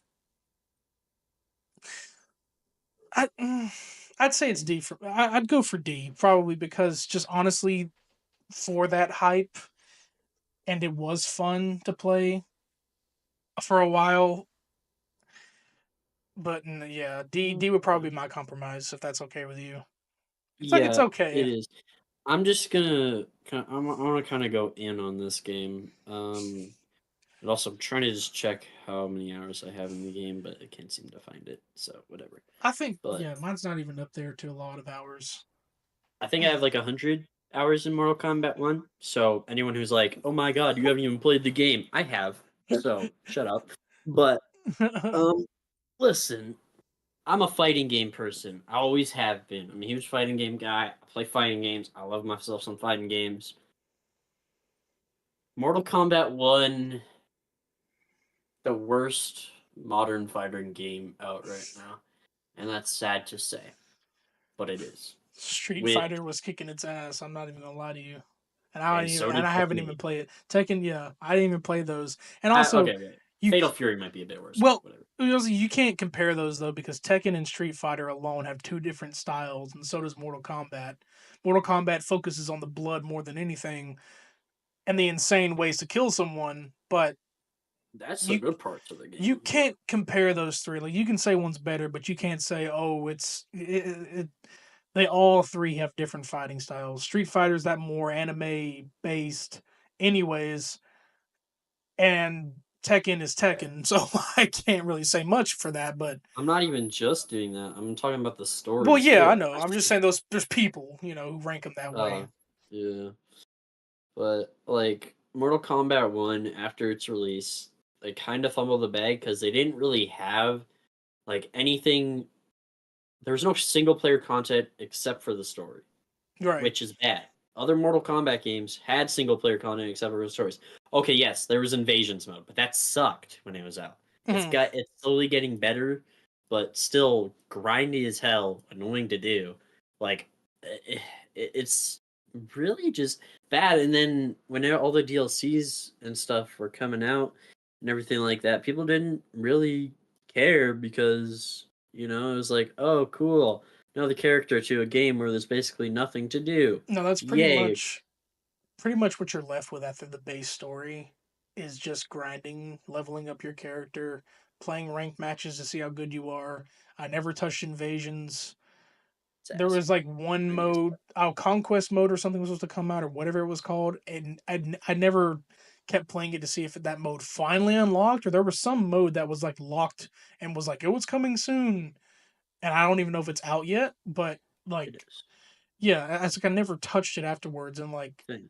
I kept trying my best to master smoke and everything, and it sucks to try to master people when some people spend so many hours on that game and are 10 times better than you, and then people who spam the same shit, like I said about 2K on the island, they don't if they don't know how to fight, but they know how to spam you and lock you in and soft lock you to where you can't fight back. It makes it so much unenjoyable. I actually Yeah, that's sometimes part of get fighting games. I'm actually yeah, but you're gonna have someone who spams just to get a win. Spam But if you strategy. actually have people who know how Get to do balloon beat. combos, I'm actually happy when they know how to do combos. I get pissed, but I'm like, yeah, you know what you're doing. You know how to play. And then they get mad at me if I do a combo and call it a spam. I'm like, no, I just know what I'm doing. I had it down pat with smoke. If I played it today, I'm terrible. Yeah, me too. I had Dead Island in here. Now, I don't know what this is. yeah, What so is it? Dead Island. So this is mainly the series, but I'm really only including the first one and the second one. I think there's a spinoff or a expansion. Um, I think there's Dead Island Riptide and there's something else, but I have played Dead Island 1 again as a kid, shouldn't have played it. On my one of my buddy's Xboxes. I never fully played through the story, so the first one kind of is weird for me. The second one I did play. I believe it came out in 2023. The second one's great, dude. A zombie killer game, just like I love that shit. I never finished it because apparently your main character, there's multiple main characters that follow the same format, has like a dark secret about him or her that like you have this like weird thing in your body that makes you like crazily rage against these zombies. There's cool corpse launches you can do.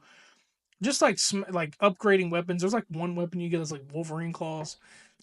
It's cool. The goriness is great. I don't know what made me stop playing it, but I think other games got in the way of that same year. It's a good game and it's a great game series. Um, However, because zombies is Maybe. going to go into D for me because just zombies in Oh, general. I don't know. I thought of it because it's like I also kind of like when I was looking at games, I was looking what was on my PlayStation because there's not many I have on this PC. Um, yeah. yeah. But they're good. And last, have you ever touched any of the Saints Row games? No, but I've heard a lot about him. So. Yeah. So they've had ups and downs. Most of these games have, but this particularly was the main one that was called the GTA clone Oh. because it is a crime simulation game. You are the head of a crime syndicate called the Saints or the Third Street Saints. The stories are interesting. It takes a while. This is the cover art for the third, which is the one that takes the most wildest ass turn ever from just being a common street game to a global street gang celebrities somehow. Oh. Um, and then the fourth one goes into alien shit. What the fuck? Yeah, and then the expansion is called Get Out of Hell, where you literally go to hell and fight demons. See, I don't know what they were doing, what they were Okay. thinking, and that's not even the reason why I'm about to make this decision. And it hurts me because this used to be my favorite series, but this is our first F. Oh. Yeah, Only because of what they did you want to get it recently. in. Yeah, they they completely ruined the franchise. So after Get Out of Hell, which was like I think came out in 2013, they completely forgot about the series. They made a spin-off series called Agents of Mayhem, which was supposed to tie into one of the endings that you get in Get Out of Hell and made that canon. Which one of the endings where literally you go to God after defeating the devil and you get to choose one of the endings that happens. Well, one of the endings that is apparently canonical is the entire world is rid of the saints. You all live different lives. And that's what kind of happens in the game in Agents of Mayhem. I never played that game and I never will. I think I got it because it was free, but I'm never going to play it. Damn. And then after Agents of Mayhem, they Volition, the company, was radio silent forever. And then 2021, they made the announcement that they were rebooting the entire Saints Row series, and they came out with a game just called Saints Row in 2022. 100% not even. the right source material, completely changed what the Saints were about. Lackluster gameplay, started off as a buggy launch, not Ooh. fun at all. There, I played all the way through the story. I can't even believe I paid full price for it. It just was not like they gave a damn. And because of this, Volition is out of business. The entire Oh, game bankrupted their company, damn. of a beloved company that got barely any sales from the game, was completely shut down. A game series that I enjoyed and a game company that I love their craft. So because of that, it just moves the entire series down to F tier. Just because they seem to not really care that much about what they were going for. It was just like a bad twist ending, a terrible ending even. Most of the game was grinding to unlock properties. Like you would get properties in the old games, like to run your hood or run the city. You mainly were just doing that shit, and the side missions were terrible, buggy, crashes, and it just sucks that they did go out of business. But because of that, that entire series is just sour for me now. And I mean, Saints Row's always rubbed people the wrong way, especially when they went for the alien shit in the fourth game. But yeah, they were a good game company. After the second game, it went downhill. Damn. But That sucks. that's the list. So I guess I can, if you have any final comments before I read off what's all on the list for any audio listeners who probably aren't watching, so I can just recite them. Um, you know, before we do, I just need to say one thing. Mm. Please give us Silk Song. I want Silk Song so bad. I Keep need Silk coping, Song. buddy. Keep coping. No, I'm kidding. I don't know much about it, but I've been hearing about it a lot. That's they want it because of how well Hollow Knight. When did Hollow Knight the first one come out? 2017. Oh, what are y'all doing? Come on. I understand animation is hard, but like, damn, come on, dude. Yeah, Animation games are hard to do, but I mean, they've been radio silent for like 4 years. So Jesus. Well, I mean, hopefully it does come out soon, but or announce at uh, least. But I we're just want gonna. some news. We don't care what it is. We just want news. So at least tell us it's not coming, so we can stop hoping. Like just do something, please. That is for sure. I know the world's gonna go crazy. Imagine if they were like they announced it before GTA 6 and that's what wins Game of the Year. Imagine. That'd be crazy. No, they would probably announce it like I don't even know. I don't. I'm not. I haven't played these games that much, but all right. So we're gonna start off our tier list. What we were. Excuse me. What our we're starting from S all the way to undecided. Um, so in first place of everybody is Hollow Knight. In front in the S category, you have Hollow Knight, God of War 3, the God of War series, Assassin's Creed 4, Black Flag, Subnautica, and Final Fantasy Rebirth. Stellar list. A tier is going to be Stellar Blade, Spider Man, Monster Hunter Wilds, Batman Arkham, the entire series, Shadow of Mordor, Red Dead 2, uh, and then Mario Odyssey. And then B is going to be Cuphead and Black Myth Wukong, Jedi Survivor, Ghost of Tsushima, Jack and Daxter, Sly Cooper, Ratchet and Clank, 2K25, the Mafia series, Grand Theft Auto, that's B. And then C is going to be Bugsnax, Resident Evil 7, Biohazard, the Wolfenstein series, Hitman, the Ward of Assassination trilogy, which is the entire series of 2016, Skylanders series. D is going to be Mortal Kombat 1, Dead Island. F tier is Saints Row series. And then our undecided is Spiritfarer, not because it's a bad game, but because it's really hard to rank it since it is a sad game, as you've said. Yes. So, yep, that is our tier list. And I'm pretty sure there's some people who are cringing at some of these, Yeah, probably, but it's the probably. Beard Bros tier list. So it's not like it's the overworld tier list, because I'm pretty sure some of these would rank higher. Some of these, personally, I'd rank Yeah. higher. But for fairness, for both of us, yeah. So, Yeah, and this podcast went over as much as it should have.